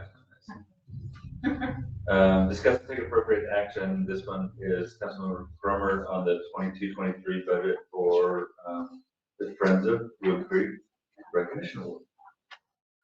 I move to approve the Parks Board to spend up to $400 for a Wood Creek Parks Recognition Award from the 2022-2023 budget. Second. Seconded by Councilmember Bullock. As you can see, this was a motion that Parks sent to council. They were inspired actually by the Spirit of Wood Creek Award, and they wanted to have their own. And they were thinking, they had lots of discussion, maybe a T-shirt, maybe a sunshade hat, maybe a water bottle or a yard sign or a combination of the above. But they're asking for $400 to come out of the 2022-2023 budget for this reoccurring award. Seconded by Councilmember Bully, I think it's. Didn't we get that already? No, that's what. Oh, I'm just reiterating. I just wanted to make a note that you struck Friends of off, so staff is aware. Oh, okay. to go. My only other point, just while I'm on, $400 seems like a lot of money for a sun hat and a sign. So why are they asking for $400? I mean, I'm willing to give it to them, but It's, it just they're seems like. thinking of it as a reoccurring.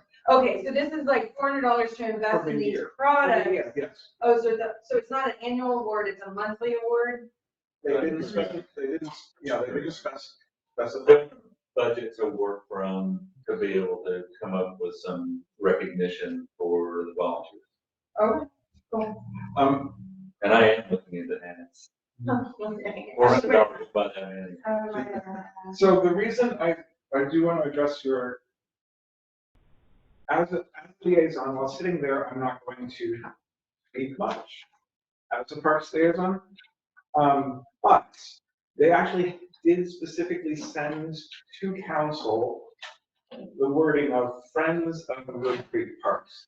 The reason I edited it when I'm bringing it to council is Friends of Wood Creek Parks is actually already owned. The name is owned and it's becoming a 501c3. So therefore, I don't want to confuse or conflate that this award is from this nonprofit that is supporting the parks. That this is actually the Parks Board award, not the 501c3. Well, the to be 501c3. So that's why I wanted to present it to council. As I did.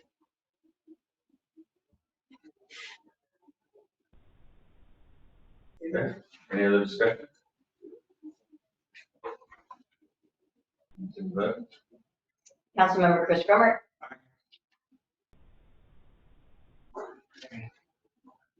Councilmember Deborah Hines. Aye. Councilmember Joe Guatardo. Aye. Councilmember Brent Foley. Aye. Mayor Pro Tem Aurora Brun. Aye. Thank you. Passes unanimously, 5 ayes and no nays. Move on to number 13, which is Councilmember Brunner's proposal to update the Parks Board budget. Mayor, may I move that council approves updating the spectacular budget of $2,250 for the 2022-2023 budget, creating a total spectacular budget of $3,250. And second. What was the first number? 2250. So initially, as you can see in the packet, they increased based on they got a final budget, like they went through and created an actual budget with item by item. They initially originally had asked for 250 or 2,500 for the total spectacular budget. And it looks more like it's going to be 3,250 for the total. So that's a difference of 750. So what you're actually voting on is increasing 750. And I included that document of what they did. They negotiated that. And then I put, I'm guessing the line item would be the 7,050 community relations. That's not the, that's the budget, that's the overall budget, so we that out of it. And one thing, just to add is that some of these expenses were picked up out of this year's budget. Out of the previous budget? Out of this current year's budget, or I'm sorry, I keep thinking October. last year's budget. The thousand, Some of this has been paid already, so, so it won't, so it's not really gonna be a direct, complete direct hit on the 22-23 budget. they just wanted to verify that they have upped the total expenditure for the events. Right. And I will also add that at least in year one, they had a budget that they didn't spend on. They kept their expenses down and they didn't use all of them. And the other thing I should note is if the hay bales are in good condition afterwards, they get to return them. Did they do that last year? That was my one question. They did, yeah. They get to return it, and so then that goes back. They just have to buy it in front of them. Seems like a no-brainer. Did you have a second? We're not yet. I'm second. Oh, you got- Okay, very good, yes. Yeah. Okay. So, take a vote on that. Councilmember Deborah Hines, Aye. Councilmember Joe Guitardo, Aye. Councilmember Brent Foley, Aye. Mayor Pro Tem Aurora LeBrun, Aye. Councilmember Chris Grummer. Thank you. That passes unanimous as well. Moving down to number 14, a discussion on the hotel occupancy tax. If you want to lead that on, Councilmember Bremer? I move to hold a discussion regarding the hotel occupancy tax currently set at 0%. I second. I have to have a motion and a second to this, discuss it if it's on the agenda. Yeah. Okay. We just don't, There's no action to be taken. There's Yeah. not taking any action. Okay. just in case. When we were doing the comprehensive plan, we divided the components. We had, like, we had a group for the physical systems, we had groups for the natural systems, we had a group for physical systems. And I had that group with Commissioner Palm from Planning and Zoning was the other member that helped, and the city manager at the time. And one of the things that we discussed was the fact that the goals and objectives and the wishes of the citizens cannot be supported through the ad valorem taxes revenues, and looking at alternative sources of funding. And POT was included in that discussion, and it was another record that the fiscal systems focus groups had made. And so that's the reason why I have done all this reading, because I wanted to make sure that we did not recommend to the overall comprehensive plan advisory work group something that could not be done. And the statute is, I read the statute, but then I like what the controller fiscal notes, because they are written in more normal people language rather than lawyerly. And it also provides examples. And yes, you can have, it gives you the opportunity, you can do things like you want to do, enhance the city to attract people to come here. And to come, once we improve the golf course and you have a restaurant, they'll come there. And we have a small section of the city where short-term rentals are allowed. And if they were to operate in that section of the city, then they should charge the taxes and reimburse the city, as well as those who are in the ETJ who benefit from us having a golf course and other attractive. So I think it's a very good idea. And looking at Wimberley, they just passed theirs, and theirs is at 7%. So I think that would be, I think that would be what we could do. And even if we give the taxpayer in lodging 1% for them to do their reporting, we still get 6%. I mean, the city can get into those details later on, but it is a good idea. And when I was looking at this, I went online and I looked at all these different bed and breakfasts and Airbnbs. And there's a bunch of them on the ETJ, including one in Fallbrook.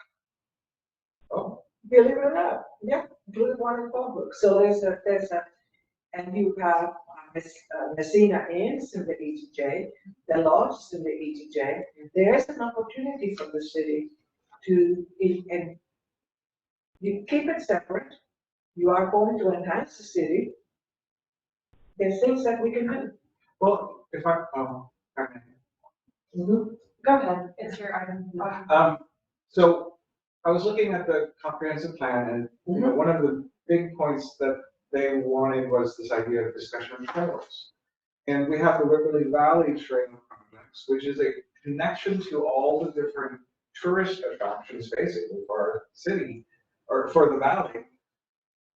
We could, some of the funding could go to our section of the connection of, you know, from Jacobs Wells to Blue Hole. Both of those are tourist attractions. If we, and then we also could, if the plan goes through to our main golf course. That's right. And so then it's also bringing tourism there, and then we can promote tournaments at our golf course. There's so many different things that it can be used towards. And I like the idea that the comp plan has this kind of complete picture in that these are the goals. Well, here's one of the reasons, here's one of the avenues in which we can achieve those goals. And so I wanted to bring this forward to see, should I go ahead and, you know, create this ordinance? Right? So, So I think if we do move forward with it, we definitely want to be consistent with the Waverly Valley. One of the main reasons why I support this concept is because we have a lot of people really concerned about STR inside the city limits. And right now, we're sort of inadvertently promoting it because we don't have a tax on it. So you're kind of setting up an ideal environment for more of these to move into our ETJ, to press our code for its validity. Specifically, we're very concerned about our roads being used a ton. So, you know, transportation for tourism is one of the things that can be used on. So, you know, if we're kind of accidentally incentivizing hotels in our ETJ and we're not benefiting from them at all, that's kind of silly. So I don't love that. I love the concept of being able to help our golf course flourish. In fact, perhaps the money could be used to work on trails, even on their property, right? We're still trying to research this concept of city funds on private property, what's the line kind of deal. But the golf cart paths could qualify potentially for a tourism attraction expenditure. And so it just seemed to me that this list on page 77 in your packet is much broader than people have portrayed it for some reason. So there's a lot of opportunities here. I mean, the money could even be used for maintaining playground equipment. You know, it's not this concept that we can only use it to promote hotels. That's not accurate. And I don't know if the code has changed and that's how the misrepresentation. No, it's just that when you read the first line, it says the convention industry. And so if you stop reading there. Right, it then says it's promote hotel. tourism, yeah. which is a broader. And for me personally, I love this idea of encouragement and promotion of the arts. We could really lack any art focal points or anything of that matter, you know, so if we're improving our parks, sculptures, that gazebo people want, I mean, there's a lot of options.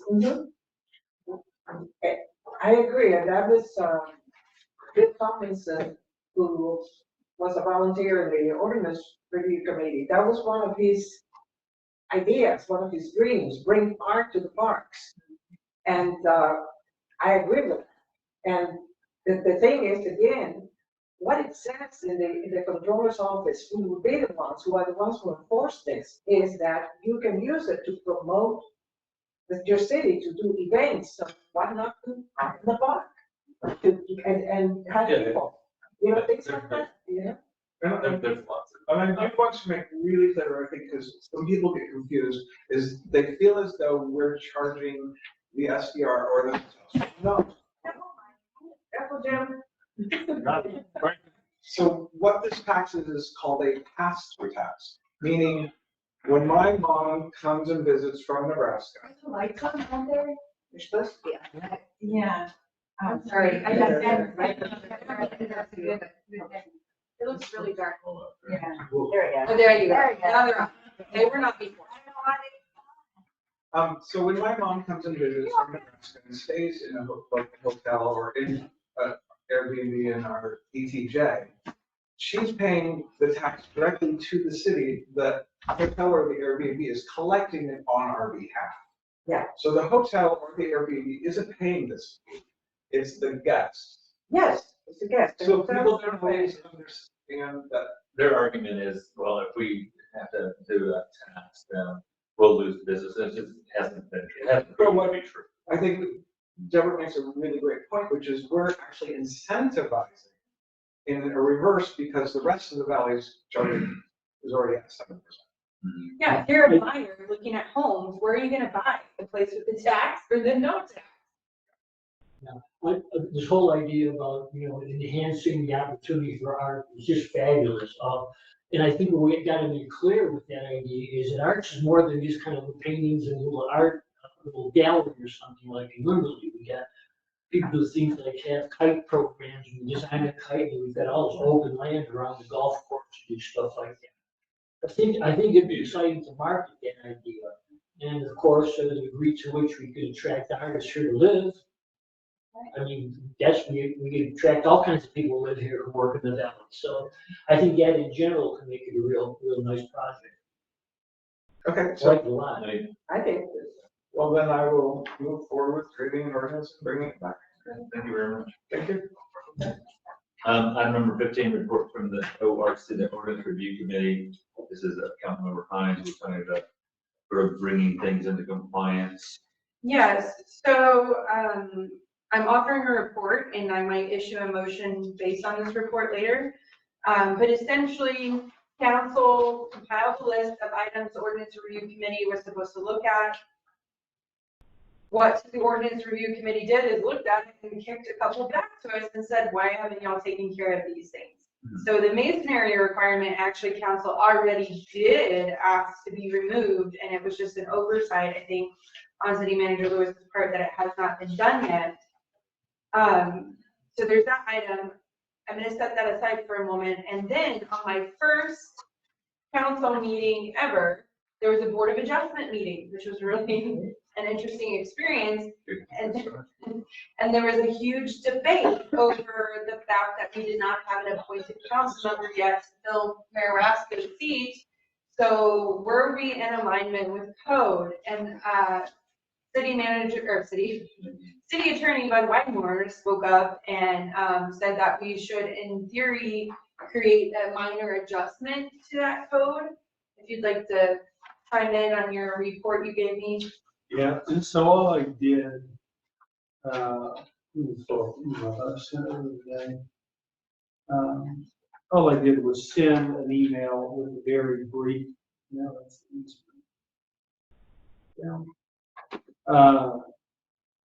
know this might be tough for everyone to see, but you can see that the top portion is redlined, the bottom portion is the clean version. But it took the language regarding to the Board of Adjustments authority to make decisions. What section is that? I know it's 156. You did not. 156.063 is what the charge is. That's right. It replaced 156.063. Took out, it's under the portion entitled Decision by Board. The first sentence was left as is. The remaining portion was struck. And the struck portion was replaced with language from Chapter 211 of the Local Government Code that sets forth the authority of the Board of Adjustments. So it's in our package, is that the revised version or? No. Okay. What's in the packet is what's in our codes now. So I'm having a hard time finding where you changed this. So it's not in there, the change. No, here, I will blind copy forward it to everyone. I realize that some of you don't have, well, everybody has a computer, right?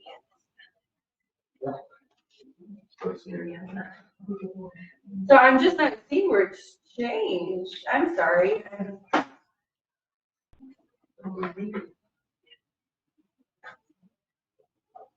Are you looking at the Word document that I sent you? Yes, sir.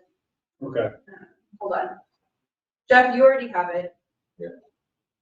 Right. So do you see the red line version at the top? You know what's funny about this really amazing computer I have? It's not redlining it, so it's a really good thing that you labeled it. No, it's labeled. You labeled it. But in looking at the words, I'm not really clear what's been changed. Hold on. Okay, sorry. I just want to finish this so everybody can be on the same page with this. Chris, Brent. I can send that Word version to everyone. Okay, well, it's fine. I think when they pull it up, depending on their computer, it might be fine.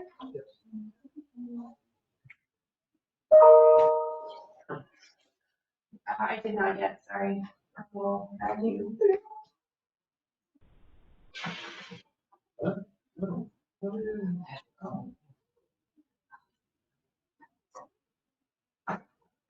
So, just to kind of speak for a second about why I did not submit ordinances for these.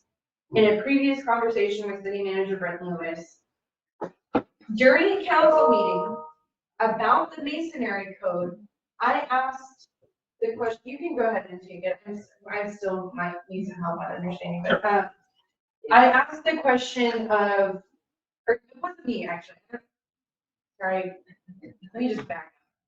Basically, when we brought up the masonry thing, Brenton said, if it's to get into state code compliance, you don't need an ordinance, you just do it.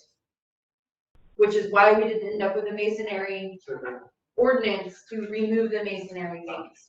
So this item, basically, I was wanting to get input of what does staff need from us to make this happen beyond just the reminder that it's supposed to happen. Okay.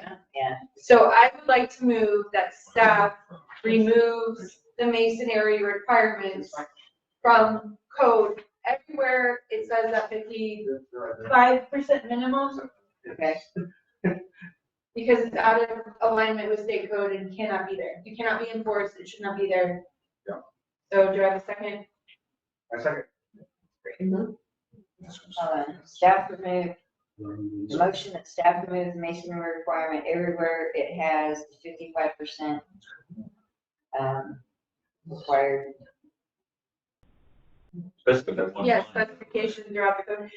I think it's only that one line, but I just want to, I wanted to cover that if it's referenced elsewhere, that is searched and removed and cleaned up. Okay.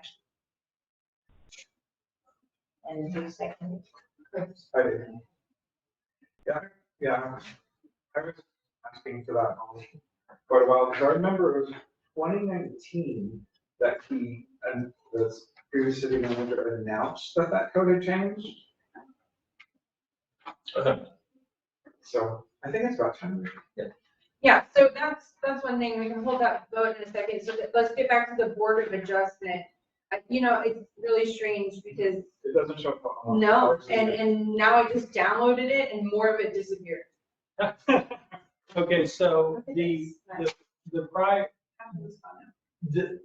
present code of ordinances say that the board may, upon the concurring vote of 4 members, and then it lists the things that the board can do.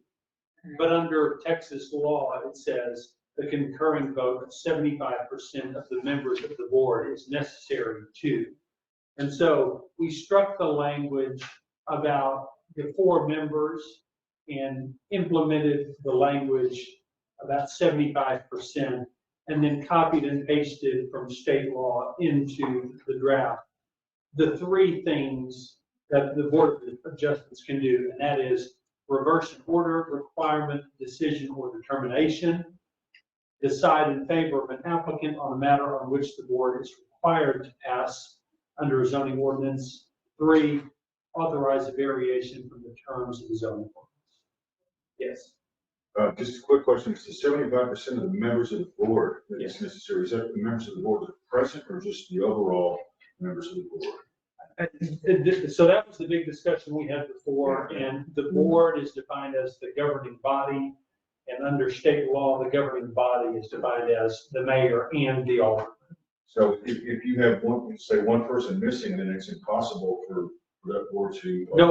No, it's not, because you can still meet the 75% vote threshold. And there's other state law that says to act, the Board of Adjustments must have 75% of its members in attendance, which then allows it to meet that 75 vote threshold. And this is what we discussed before. Granted, that effectively imposes, with one person absent, that imposes a unanimous vote, or the change isn't allowed.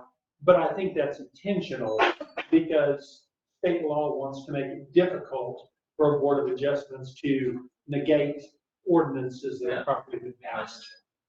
Well, I mean, this, when I'm talking about ordinance, I'm talking about the Board of Adjustment though, right? If someone comes and they want a variance, I guess, or whatever, I'm trying to remember what we were. Variance from an ordinance. Yeah, Yes. okay. I mean, would it be possible to say 75% of the members present, or would that be violation of state law? Gotta be, we have to do what is consistent with the general laws of the state of Texas. Because that, to me, that's kind of ambiguous in a way. That's why we had the kind of big kerfuffle at that meeting, you know? Yeah. But the immediately following statute under chapter 211 requires the attendance of 75% of the members of the Board of Adjustments. Okay. Yeah. So I think that, it's onerous. Yeah. I get it. So the problem at the meeting was though that our code didn't even say what it was supposed to say. Then you brought this out, and then we were like, wait, how do we operate without one of our members present? So then the discussion about present, not present, and then Judy voted with everyone anyway. And then all's well that ends well, and the fence prevents. So I just want to make a note. So in your email, you said, I have not taken occasion to compare all operative sections under chapter 211 of LGC with all ordinances that relate to the BOA as one, I was not asked to do so, and two, trying to save money. In your opinion, or if you are willing to discuss on this, is there more of that code that we need to have looked at? I mean, have you ever?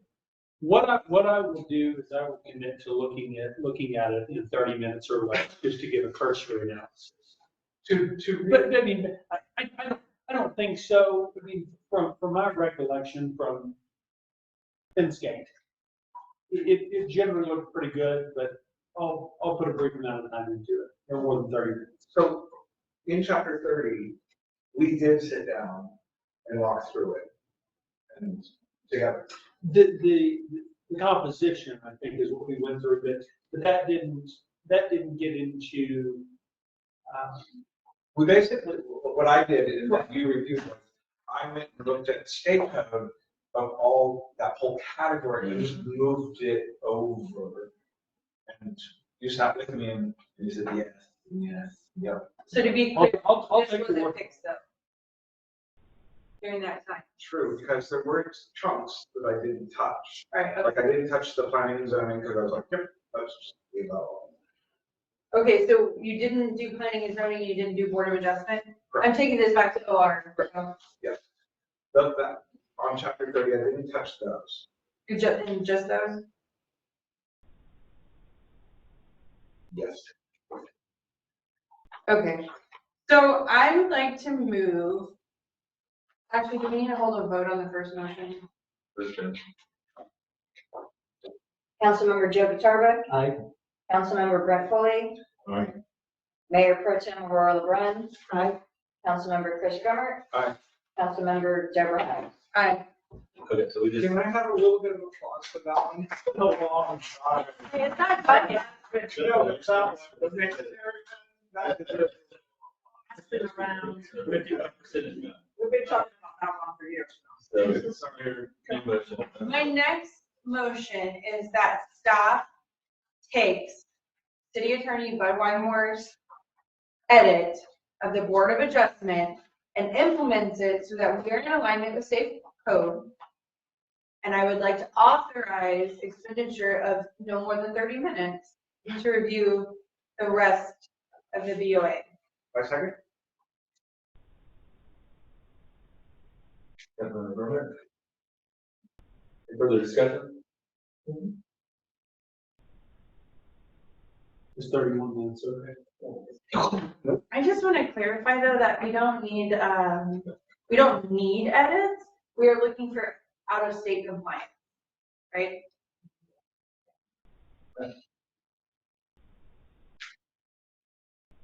Vote. Councilmember Brett Foley, Aye. Mayor Pro Tem Aurora LeBrun, Aye. Councilmember Chris Grummer, Aye. Councilmember Deborah Hines, Aye. Councilmember Joe Guerrero. Aye. That one passes unanimously. 5 ayes. So, one more thing, whatever you have, will you try to resend to them? Because this thing you sent to me does not look like what you showed. Well, Something's when wrong. you sent it to us, we didn't get it either. No, When I understand. the copy that I had from this afternoon, I had to read it word for word, the top and the bottom, there's no difference between the two. That's what we have. It's missing this red line. Yeah. It's like it deleted it. So just make sure you get that to staff and that staff will confirm it. Lauren, what's your? Office admin. Or word. Yeah, I both get it. Oh, yeah, we're three times. Yeah, okay, anyone else other than, is anyone? You guys want? Yeah, that's weird. I can't explain it. I guess it's maybe the app's interpreting red line should be gone. Or the, And I'm looking at a there's not just being. web silly version of here. the Outlook, which weird things. All right, so we'll turn on that, Yeah. move on. Next item is on the social media policy. Councilmember Hines. I would like to I move that we discuss and take appropriate action on the City of Woodbury social media policy draft. Everyone's clear, this is a draft. I second. Oh. So there's not much introduction here. I feel like we've belabored this point at this time, but we did say before we can implement a social media page, we had to have a policy. We also have to have a hired city manager. This policy is a compilation of actually some school district policies and other cities. So I just sort of took what other people were doing, made it Wood Creek specific, and open to edits and changes. It might be more than we truly need, but the biggest thing I wanted to draw your attention to is the legal pages, actually, which are on page 92 of your packet. So this is where we get to this concept of, can we not allow public comment? And it's actually totally legal to not allow public comments, especially if it's stated in your policy. It's also legal to allow public comments sometimes, specifically on things like surveys. And so one of the ways you can get around it, or just making sure you're clear, is not only having it in your policy, and I'll double check that it's there, but you can also on the individual post say public comment not allowed, or public comment allowed with the intention of gaining input. So you can also limit the type of commenting, meaning Nextdoor has survey options. Instead of posting a survey on Facebook, you can kind of do that. It's a little bit wonky, but you could also just create a Survey Monkey thing that we have. So there's lots of stuff here. I just wanted to give you those legal links. I also gave you some additional resources to peruse in case you're concerned about what the city can and can't do here. One of them is directly from TML. And then I give you the source to where I pulled those court cases that kind of say it's fine if we want to not allow public comment. In the social media policy, I believe it basically states, the point of these is for information dissemination.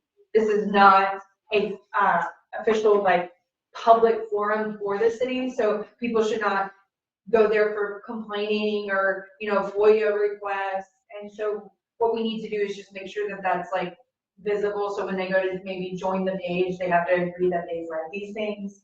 Whether or not they do is on them, but requiring them, like those other pages do when you go to join, you can't not allow them to join. So that's kind of a weird, like, So it's a public page. yeah, it's a public page, so we just need to kind of fiddle with that on the back end. I've never created this kind of page before, so I can't directly tell you what to do. But I do think that, And you cannot block them if you don't like what they have to say. actually, they can be, removed If they are disallowed. They can be removed if they do not follow the rules, for example, if they are having something, they're saying things that are inappropriate.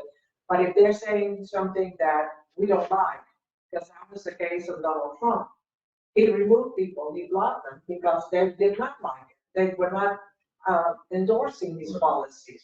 And the court said you can't do that. Right. And then there is another example, which was interesting, is a city called the City of Beach Grove, and there was the police department was posting crime statistics, and this citizen group was taking exception. They say that statistics are not accurate, you're manipulating them. So what did the city do? They removed the comments instead of dealing with the issue. So they took the city to court and enforced the city law. So, yeah, there's a But whole, those are the things you have to be, those are. there's a whole list of things that say when you can remove a comment, like it threatens violence, promotes That's right. drugs, endorses dangerous actions, is All of untrue. that. An inaccurate comment can be deleted. Yeah. You just have to be able to prove it's inaccurate. Yeah, and also, I think a lot of this goes down to the person managing it, the city manager. Council could kind of direct how they would like these things approached, meaning, like in that case, I would approach that person and say, would you be willing to edit your comment because this is factually inaccurate? You know, and But then this you have all that assuming record. that we allow. This would be only on the post because we said that we were not allowing a commenting page. That was what we decided. But we can allow commenting on certain items, right? When we're Meaning asking a question. survey or something, or, like, say there's another freeze and we're like, who needs water? Comment below what we are delivering or whatever, right? And so there's, I don't know how in-depth y'all read this, but I would really request, like, if you guys have not devoted time to this, that we consider not passing it tonight and that you do devote the time. Now, if you guys have all read it and you feel good about it, then I'm ready to roll. But I don't want to pass policies that people have not put their eyes on and then we bring up in 3 months because we're pissed it's not working, blah, blah, blah, blah, blah. And nobody read it the first time, so. I'm confused. Are we gonna allow comments or not? And the comments will come in if we're saying, hey, does someone need water or something like that? And then that would be the only time we would, I guess, ask for comments, is if The we're. city decided to not allow comments on their social media pages.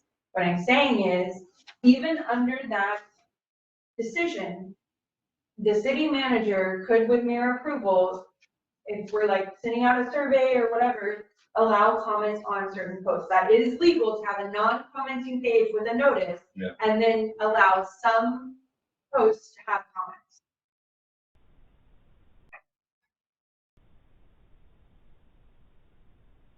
We check out Senate bills to make sure that there's no rulings on there. So the court cases, you have the source for the court cases that describe this, they reference them, a lot of them. You can also go to TML. TML gives you pretty clear indications about how this can be done. We're not forging a new wheel here. This is a rolling wheel. Who's just joining in?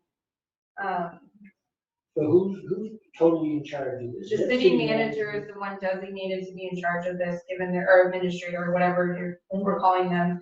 One of the things I liked, or kind of generated on my own, is this concept of, instead of, if you get direct messages, so there wasn't a lot of addressment of like, what happens if somebody slides into your DMs, right? To be funny, you don't know, I'm sorry. Okay. So where they go and personally message the city using the direct message or personal message feature. And so the automatic response to that would always be, this is not an official means of communication for individuals to contact the city of Wood Creek. To contact city staff, please email blah, blah, blah. Also, we would need in the policy, the policy also has to be posted and linked on the page.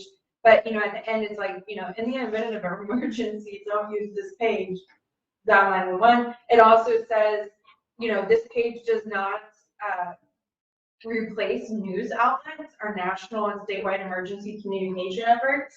So, that disclaimer needs to be prevalently displayed. We're not basically becoming everybody's one channel for all. So the two media we're talking about, Facebook and Nextdoor, That's the only things we approved by the city right now, could it be expanded or? if you all wanted to, but what we decided in the last meeting was only Nextdoor and Facebook. Personally, I think anything beyond that is getting riskier. Specifically, like Twitter is very hard to control, and you get yourself into a real mess there. Also, the whole point is for informative purposes, and Twitter has got these comment limits. So it's like, we can't copy a city email to that. The other thing too is we don't have staff to manage that many accounts. I mean, you go into some of the larger cities, they have an information officer and staff who does all this. We don't have that. So it's going to fall on the manager and us to assist. Yeah, some cities have personality, but they have stuff going on. I would like to ask that, we do take a couple of weeks to look at them. I saw the city bulletin. I missed it, yeah. There's still a couple things that, okay, just make sure that everybody has had a chance to read this. We're all here, take it home, you actually got it in your folder, so you've got it even printed, so you can edit it. And I just ask that you put it back on the agenda for the special meeting on the 26th of October. There's a little cleanup, there's a few things that I know I did, but Okay, yeah. if you guys wanna over then- here, he has his hand up. Right? Oh, I was just gonna say, I really want to stay in the business of moderating as much as we can, because You have to. we don't have staff for that, and, it's just, man, that's a heck of a job. So, Those are not commenting, they're not posting to the site. Right. It's There's like no a- moderation. Yeah, But but if- then there's all this other stuff about if we do, moderate, who are the rules for that, so that concerns me that we're just kind of bringing our toe in that business, and I don't want to be in it at all, if we're going to. I don't think we're in it at all. Good. It depends whether it is for the moderator reviews everything that's going on in these two media, or whether it just responds to complaints or questions from the audience. I don't know if we're gonna do that. No. So there is no commenting, this is not a back and forth. Right. The only events when the city, like the mayor, could decide, I would like to put out a survey on Nextdoor. A quickie, right, like just real quick survey, these are the options, they can allow those survey responses. And that's not a commenting thing either. So when we're talking about commenting, what we really mean is city response or citizen response. And you have to moderate, somebody has to do that regardless. You need to moderate the posts that are going, being on there. You have to make sure that people aren't accidentally posting on it and make sure those settings, so there's some moderation that's gonna go on with this. It should be one and done, set up, and then it's good. But I'm telling you, every time you post something, that person's gonna have to go in and say, shut down comments On each post. on each post. That's It's an not a universal setting. It's an after feature and it's really fast, but I'm saying, like, what happens if that after feature is not turned on? People have commented, okay, so your options are then to moderate. That explains something I've seen where, it's like, I was looking at various cities, just sort of get some perspective. Yeah. And it's like the city would have like all these posts with and nothing, and then all of a sudden there'd be like a comment or two. Yeah, so it's just an accident, because it's an after feature, you can't do it in advance, you can't just turn it off for the whole page, it's not really how it works. So that's why you need in the policy these other things, because if it's in the policy and you have to enforce it, then nobody can claim that we violated their rights because it says in the policy, you can't do this already. And in the rules of engagement, the council will not, it's the city manager, is the administrator. Right. It's not a page for council to get on. You know, They can't. Even city council members would not be able to post on the page. They It's a should not be. one source page. So that is something you can shut down. The ability to post on other people's pages. Like even in your private page, you can eliminate people's ability to tag you. I have it set. I have to approve if people have tried to tag me in a post, whether or not I'm actually tagged. But council does not post. They cannot. They cannot post, period. That what we voted on and approved is that it is run by the city manager and it is non-commenting, meaning to everyone. Yeah, because it does say in the rules of engagement, it says the mayor can post, and my recommendation is, The mayor is technically considered, is a member of council. no, part of the governing body, but they are on par with the city manager essentially. And so what if our manager went on vacation for 2 weeks? The mayor can post. The city manager is still responsible for it and for managing it. So a mayor could not just get on there and start, ooh, I like stars, how about y'all, the guidelines are there. It's about sharing information. But yeah, I mean, you need a second to be allowed to post. It could be, And we could share, or citizens can actually take that post and share it on their own personal page. And then commenting can go happen, but the city's not responsible for that comment. You can No, turn once that you make feature it off. Is it built into this policy? I did not address that, so that would be a good edit. I think you guys need to check out Senate Bill number 1297 regarding online message boards. Is that? This is not a message board. Yeah. Well, it talks about how the city can only have one, like Facebook or, and it's gotta be, like she mentioned, connected to the site. But there's some regulation in there, but Is that become law? that came up in my query the other day when I was doing the agenda. Yeah, I mean, My phone is almost dead, so it's kind of hard for me to. so that is in the policy where it has, so you have to state that the city website is actually the source of information. You have to have the city website linked in the page. You have to clarify that this page is not like superseding that or anything like that. So I kind of know what you're talking about. Yeah. I can't reference that exact number. yeah. That makes sense. What did you just say that I lost Do it? we want to Sharing. it, like any paper like a newspaper, we can take it to our neighbor and go, hey, like my mom sends me articles all the time, she cuts them out, and puts them in an envelope, mails it to them.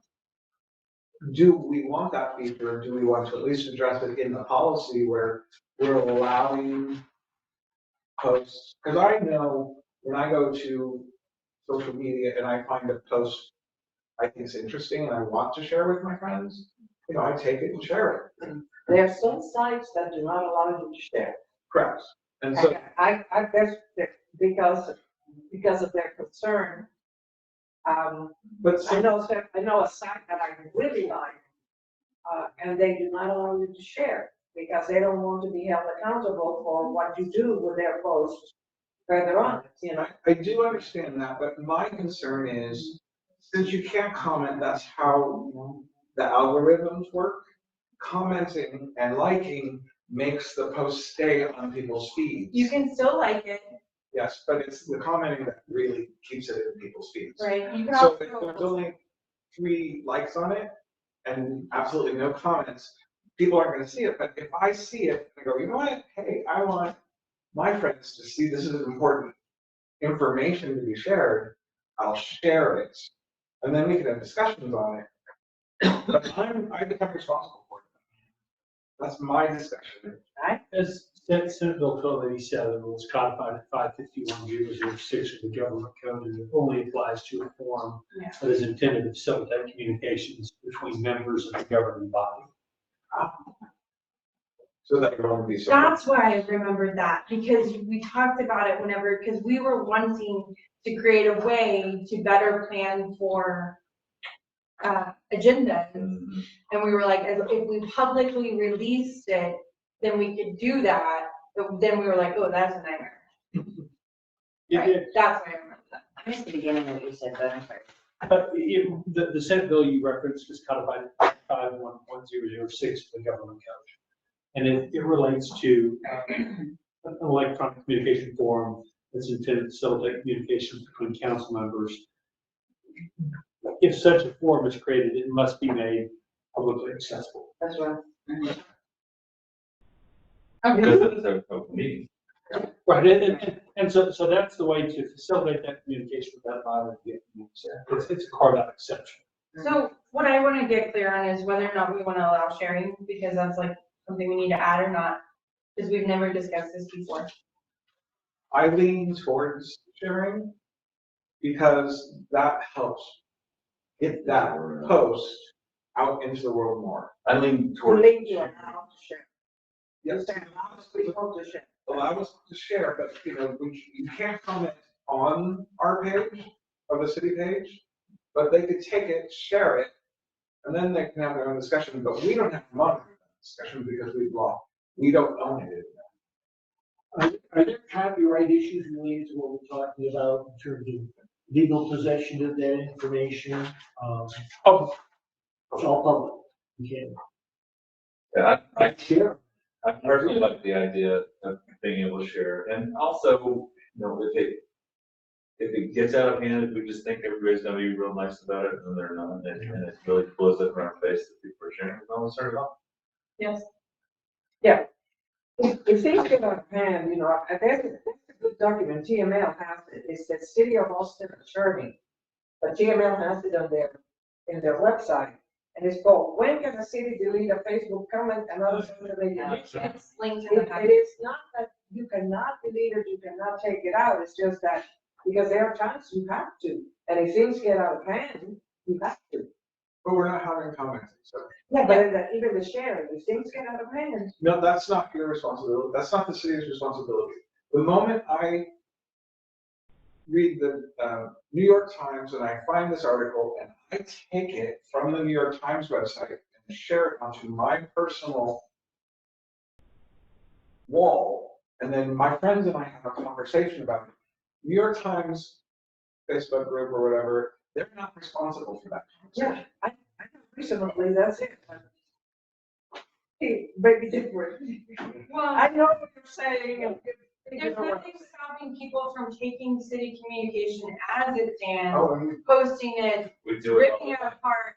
I mean, that's, if you obviated the sharing ability, someone could snap a picture and Same post the picture and create the same effect. Absolutely. okay. Good So I don't even know if we have to add it, but I'll address sharing, sharing is allowed. Or, city manager shall not turn off sharing. you are gonna do another draft, this is literally not there, so. Yes, I was gonna say, if y'all have like minor edits that are not substantial, like it's just like you copied the city in California where some of this came from. Yeah, you have that, you have I on page missed 90, the city of Fullerton. Yes, But yes. But this, I mean, there's a few little things, and, I think if you read it, you'll find it like, there's nothing really big deal, just a few little things, I mean, for a draft, Yeah, if you can send them to me, that's great, because when I bring it back, I'll bring a cleaner version. I do not have the capacity to edit my own writing. Like, I can't see that stuff, like it's, Very few people do. yeah. So I have to print it and wait 3 weeks and read it again, and then I'm like, oh my God. it's all. So if everybody was to take a look at this and then feed any minor corrections or maybe, We can send it, to Councilmember Hines, send it to him, and then we can bring it back on send it to the you, agenda later in the month. yeah. Correct? I can- Just For a few everybody. things. All right, so no real action to be taken on this except to I'm gonna make do that that. note. Yes. Yeah, it's tough. Woo, God, Item 17, big boy. All right. what the heck is, So this is. You got the conflict. this is my thing. We need to change that. It's not print.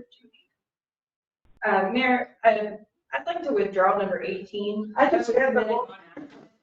I know it's out of order, but I forgot I had already put a placeholder for myself. And then resubmitted it with everything. Okay, so 17 is,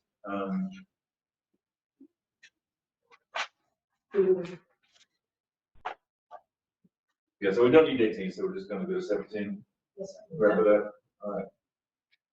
All yours? I move that we approve the 2022 City of Woods Creek Comprehensive Plan document, and that we adopt the 2022 Wood Creek Comprehensive Plan by the passage of the ordinance amending the City of Wood Creek Code of Ordinances at Title 15 Land Usage, Chapter 150 General Provisions at Comprehensive Plan, Section 150.45 adoption. I second.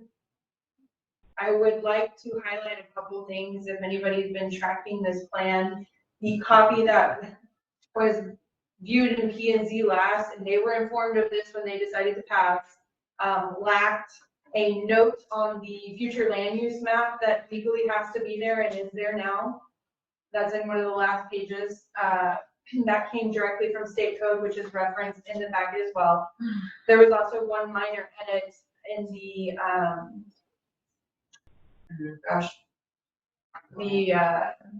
images. There was an issue with the typing there, and I fixed that. So the copy you all have in front of you is the absolute last draft.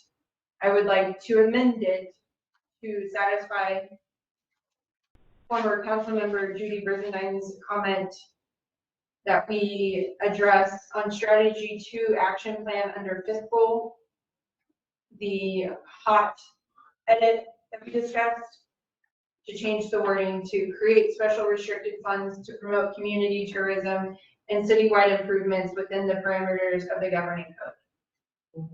I second the amendment. Right? Any discussion on that? Vote on the amendment? No. It looks like it's- Sorry, guys. The amendment voting starts with Councilmember Deborah Hines. Aye. Councilmember Joe Guatardo. Aye. Councilmember Brent Pulley. Aye. Mayor Pro Tem Aurora LeBrun. Aye. Councilmember Chris Grummer. Okay, so that amends the document to include the hot item. Are we ready to vote on the main motion? Mayor, may I I guess we're not. Page 113 of packet, under housing and ETJ, there's a box. The wording is cut off at the end. 113. 113 on the packet, under the box called housing and the ETJ. It's an incomplete sentence, and it just, It's bugging you? well, no, it's an incomplete thought. There are a handful of other small home-based businesses operating. 113? What? Housing and territorial jurisdiction. The last bullet point says, Wood Creek hosts a diverse housing market with everything from apartments and townhouses to duplexes and single-family residents, both on a small. What page of it? Of the plan is it? 113. No, no. Oh, the of plan itself. Okay. The plan, What six months of that housing market? the plan is The page numbers are in the lower left-hand corner. 13. Page Yeah. 13. Okay. Okay, I'm making out my other computer. I've got it here. This is the PDF. Oh, but I won't be able to edit it. Okay. See what's missing. Do this. So page 13, Page 13 113. and 113 of your packet. we're almost there. The last sentence. Drag the box open more. Oh, I see This is it. the PDF. Okay. Right there. And if. Good catch. Okay. Yeah, I see. Oh, here. Yeah. So Okay. get the version. I want to. Oh, but I remember the rest of the language is small and big laws. Is there anything else while we work on this? Just That was the only thing I found in edit. Do we really need both on small or just put a period after residence? Well, we're trying to draw the box open right now. Carrasco has it on his computer. So we're gonna pull the box open to see if it's, the rest of it's there. I have the original copies of this, so if it was just like a Lydia miss typing it out, I can find that. Well, I remember it's about the lot size at that point, both on both small. And, yeah, there's, If there, it says both on small lots and acreage. Okay, that's what I thought. it's there, it just needs to be adjusted. So the amendment would be to, Honestly, nothing, just, There's no amendment. yeah, it's there. Been finished. So I'll fix it, because I do have an amendment, so I'll pull down that box. That's there, and then we'll just make the amendment. On the phrasing on pot specifically, so it's not confusing.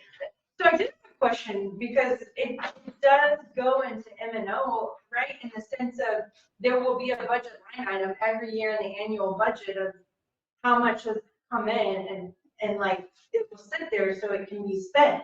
It'll be a transfer. Yeah, so it does go into M and O. There will be its own item of those funds. They're just restricted, right? That's what it is. No, yeah, it's all in there. It has to be done. Okay, and is this point clear, or yeah, anyone listening? no, I. Yeah, no, it's, Cool, well, I'm ready to pass this bad boy. It's a lot of work, man. It's, it's great. I appreciate it. like, How many years has this been? Yeah. Two? I thought, Oh, really? And many reiterations. And It went fast. the team was really informative. They really got We into should it. have brought more champagne. It's not a high five, it's. Do Wood Creek. yeah. Yeah, Okay, so let's, are we ready to vote on this? I've been looking for this, Please. because I was hungry. You just read All right, we're gonna call the roll on this vote, please. Councilmember Chris Brummer, Aye. Councilmember Deborah Hines, Yes. Councilmember Joe Catarva, I, Councilmember Brett Foley, Gosh, I gotta think this one over.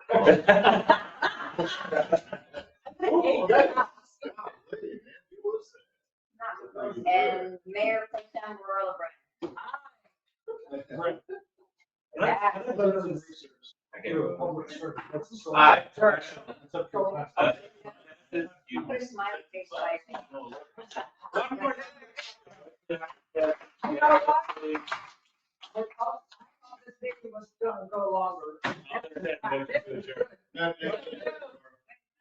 There was a lot. We're not done? Yeah, we're. We struck number 18. You got it? Yeah. I said, I also voted to adjourn. Tonight. Oh, I can hear it. So on the moved. mic. Yeah, I really thought this was Oh, gonna like. Are we off the record yet? Yeah. Hold on, great. Nothing terrifying about that. Are you on record yet? This is a good kind of. Okay. let me ask you good. Maureen, you ready? Yeah, just bring it up. It messes up the amount of words. Yeah, I lost the recording because I did that. I did it once. Okay.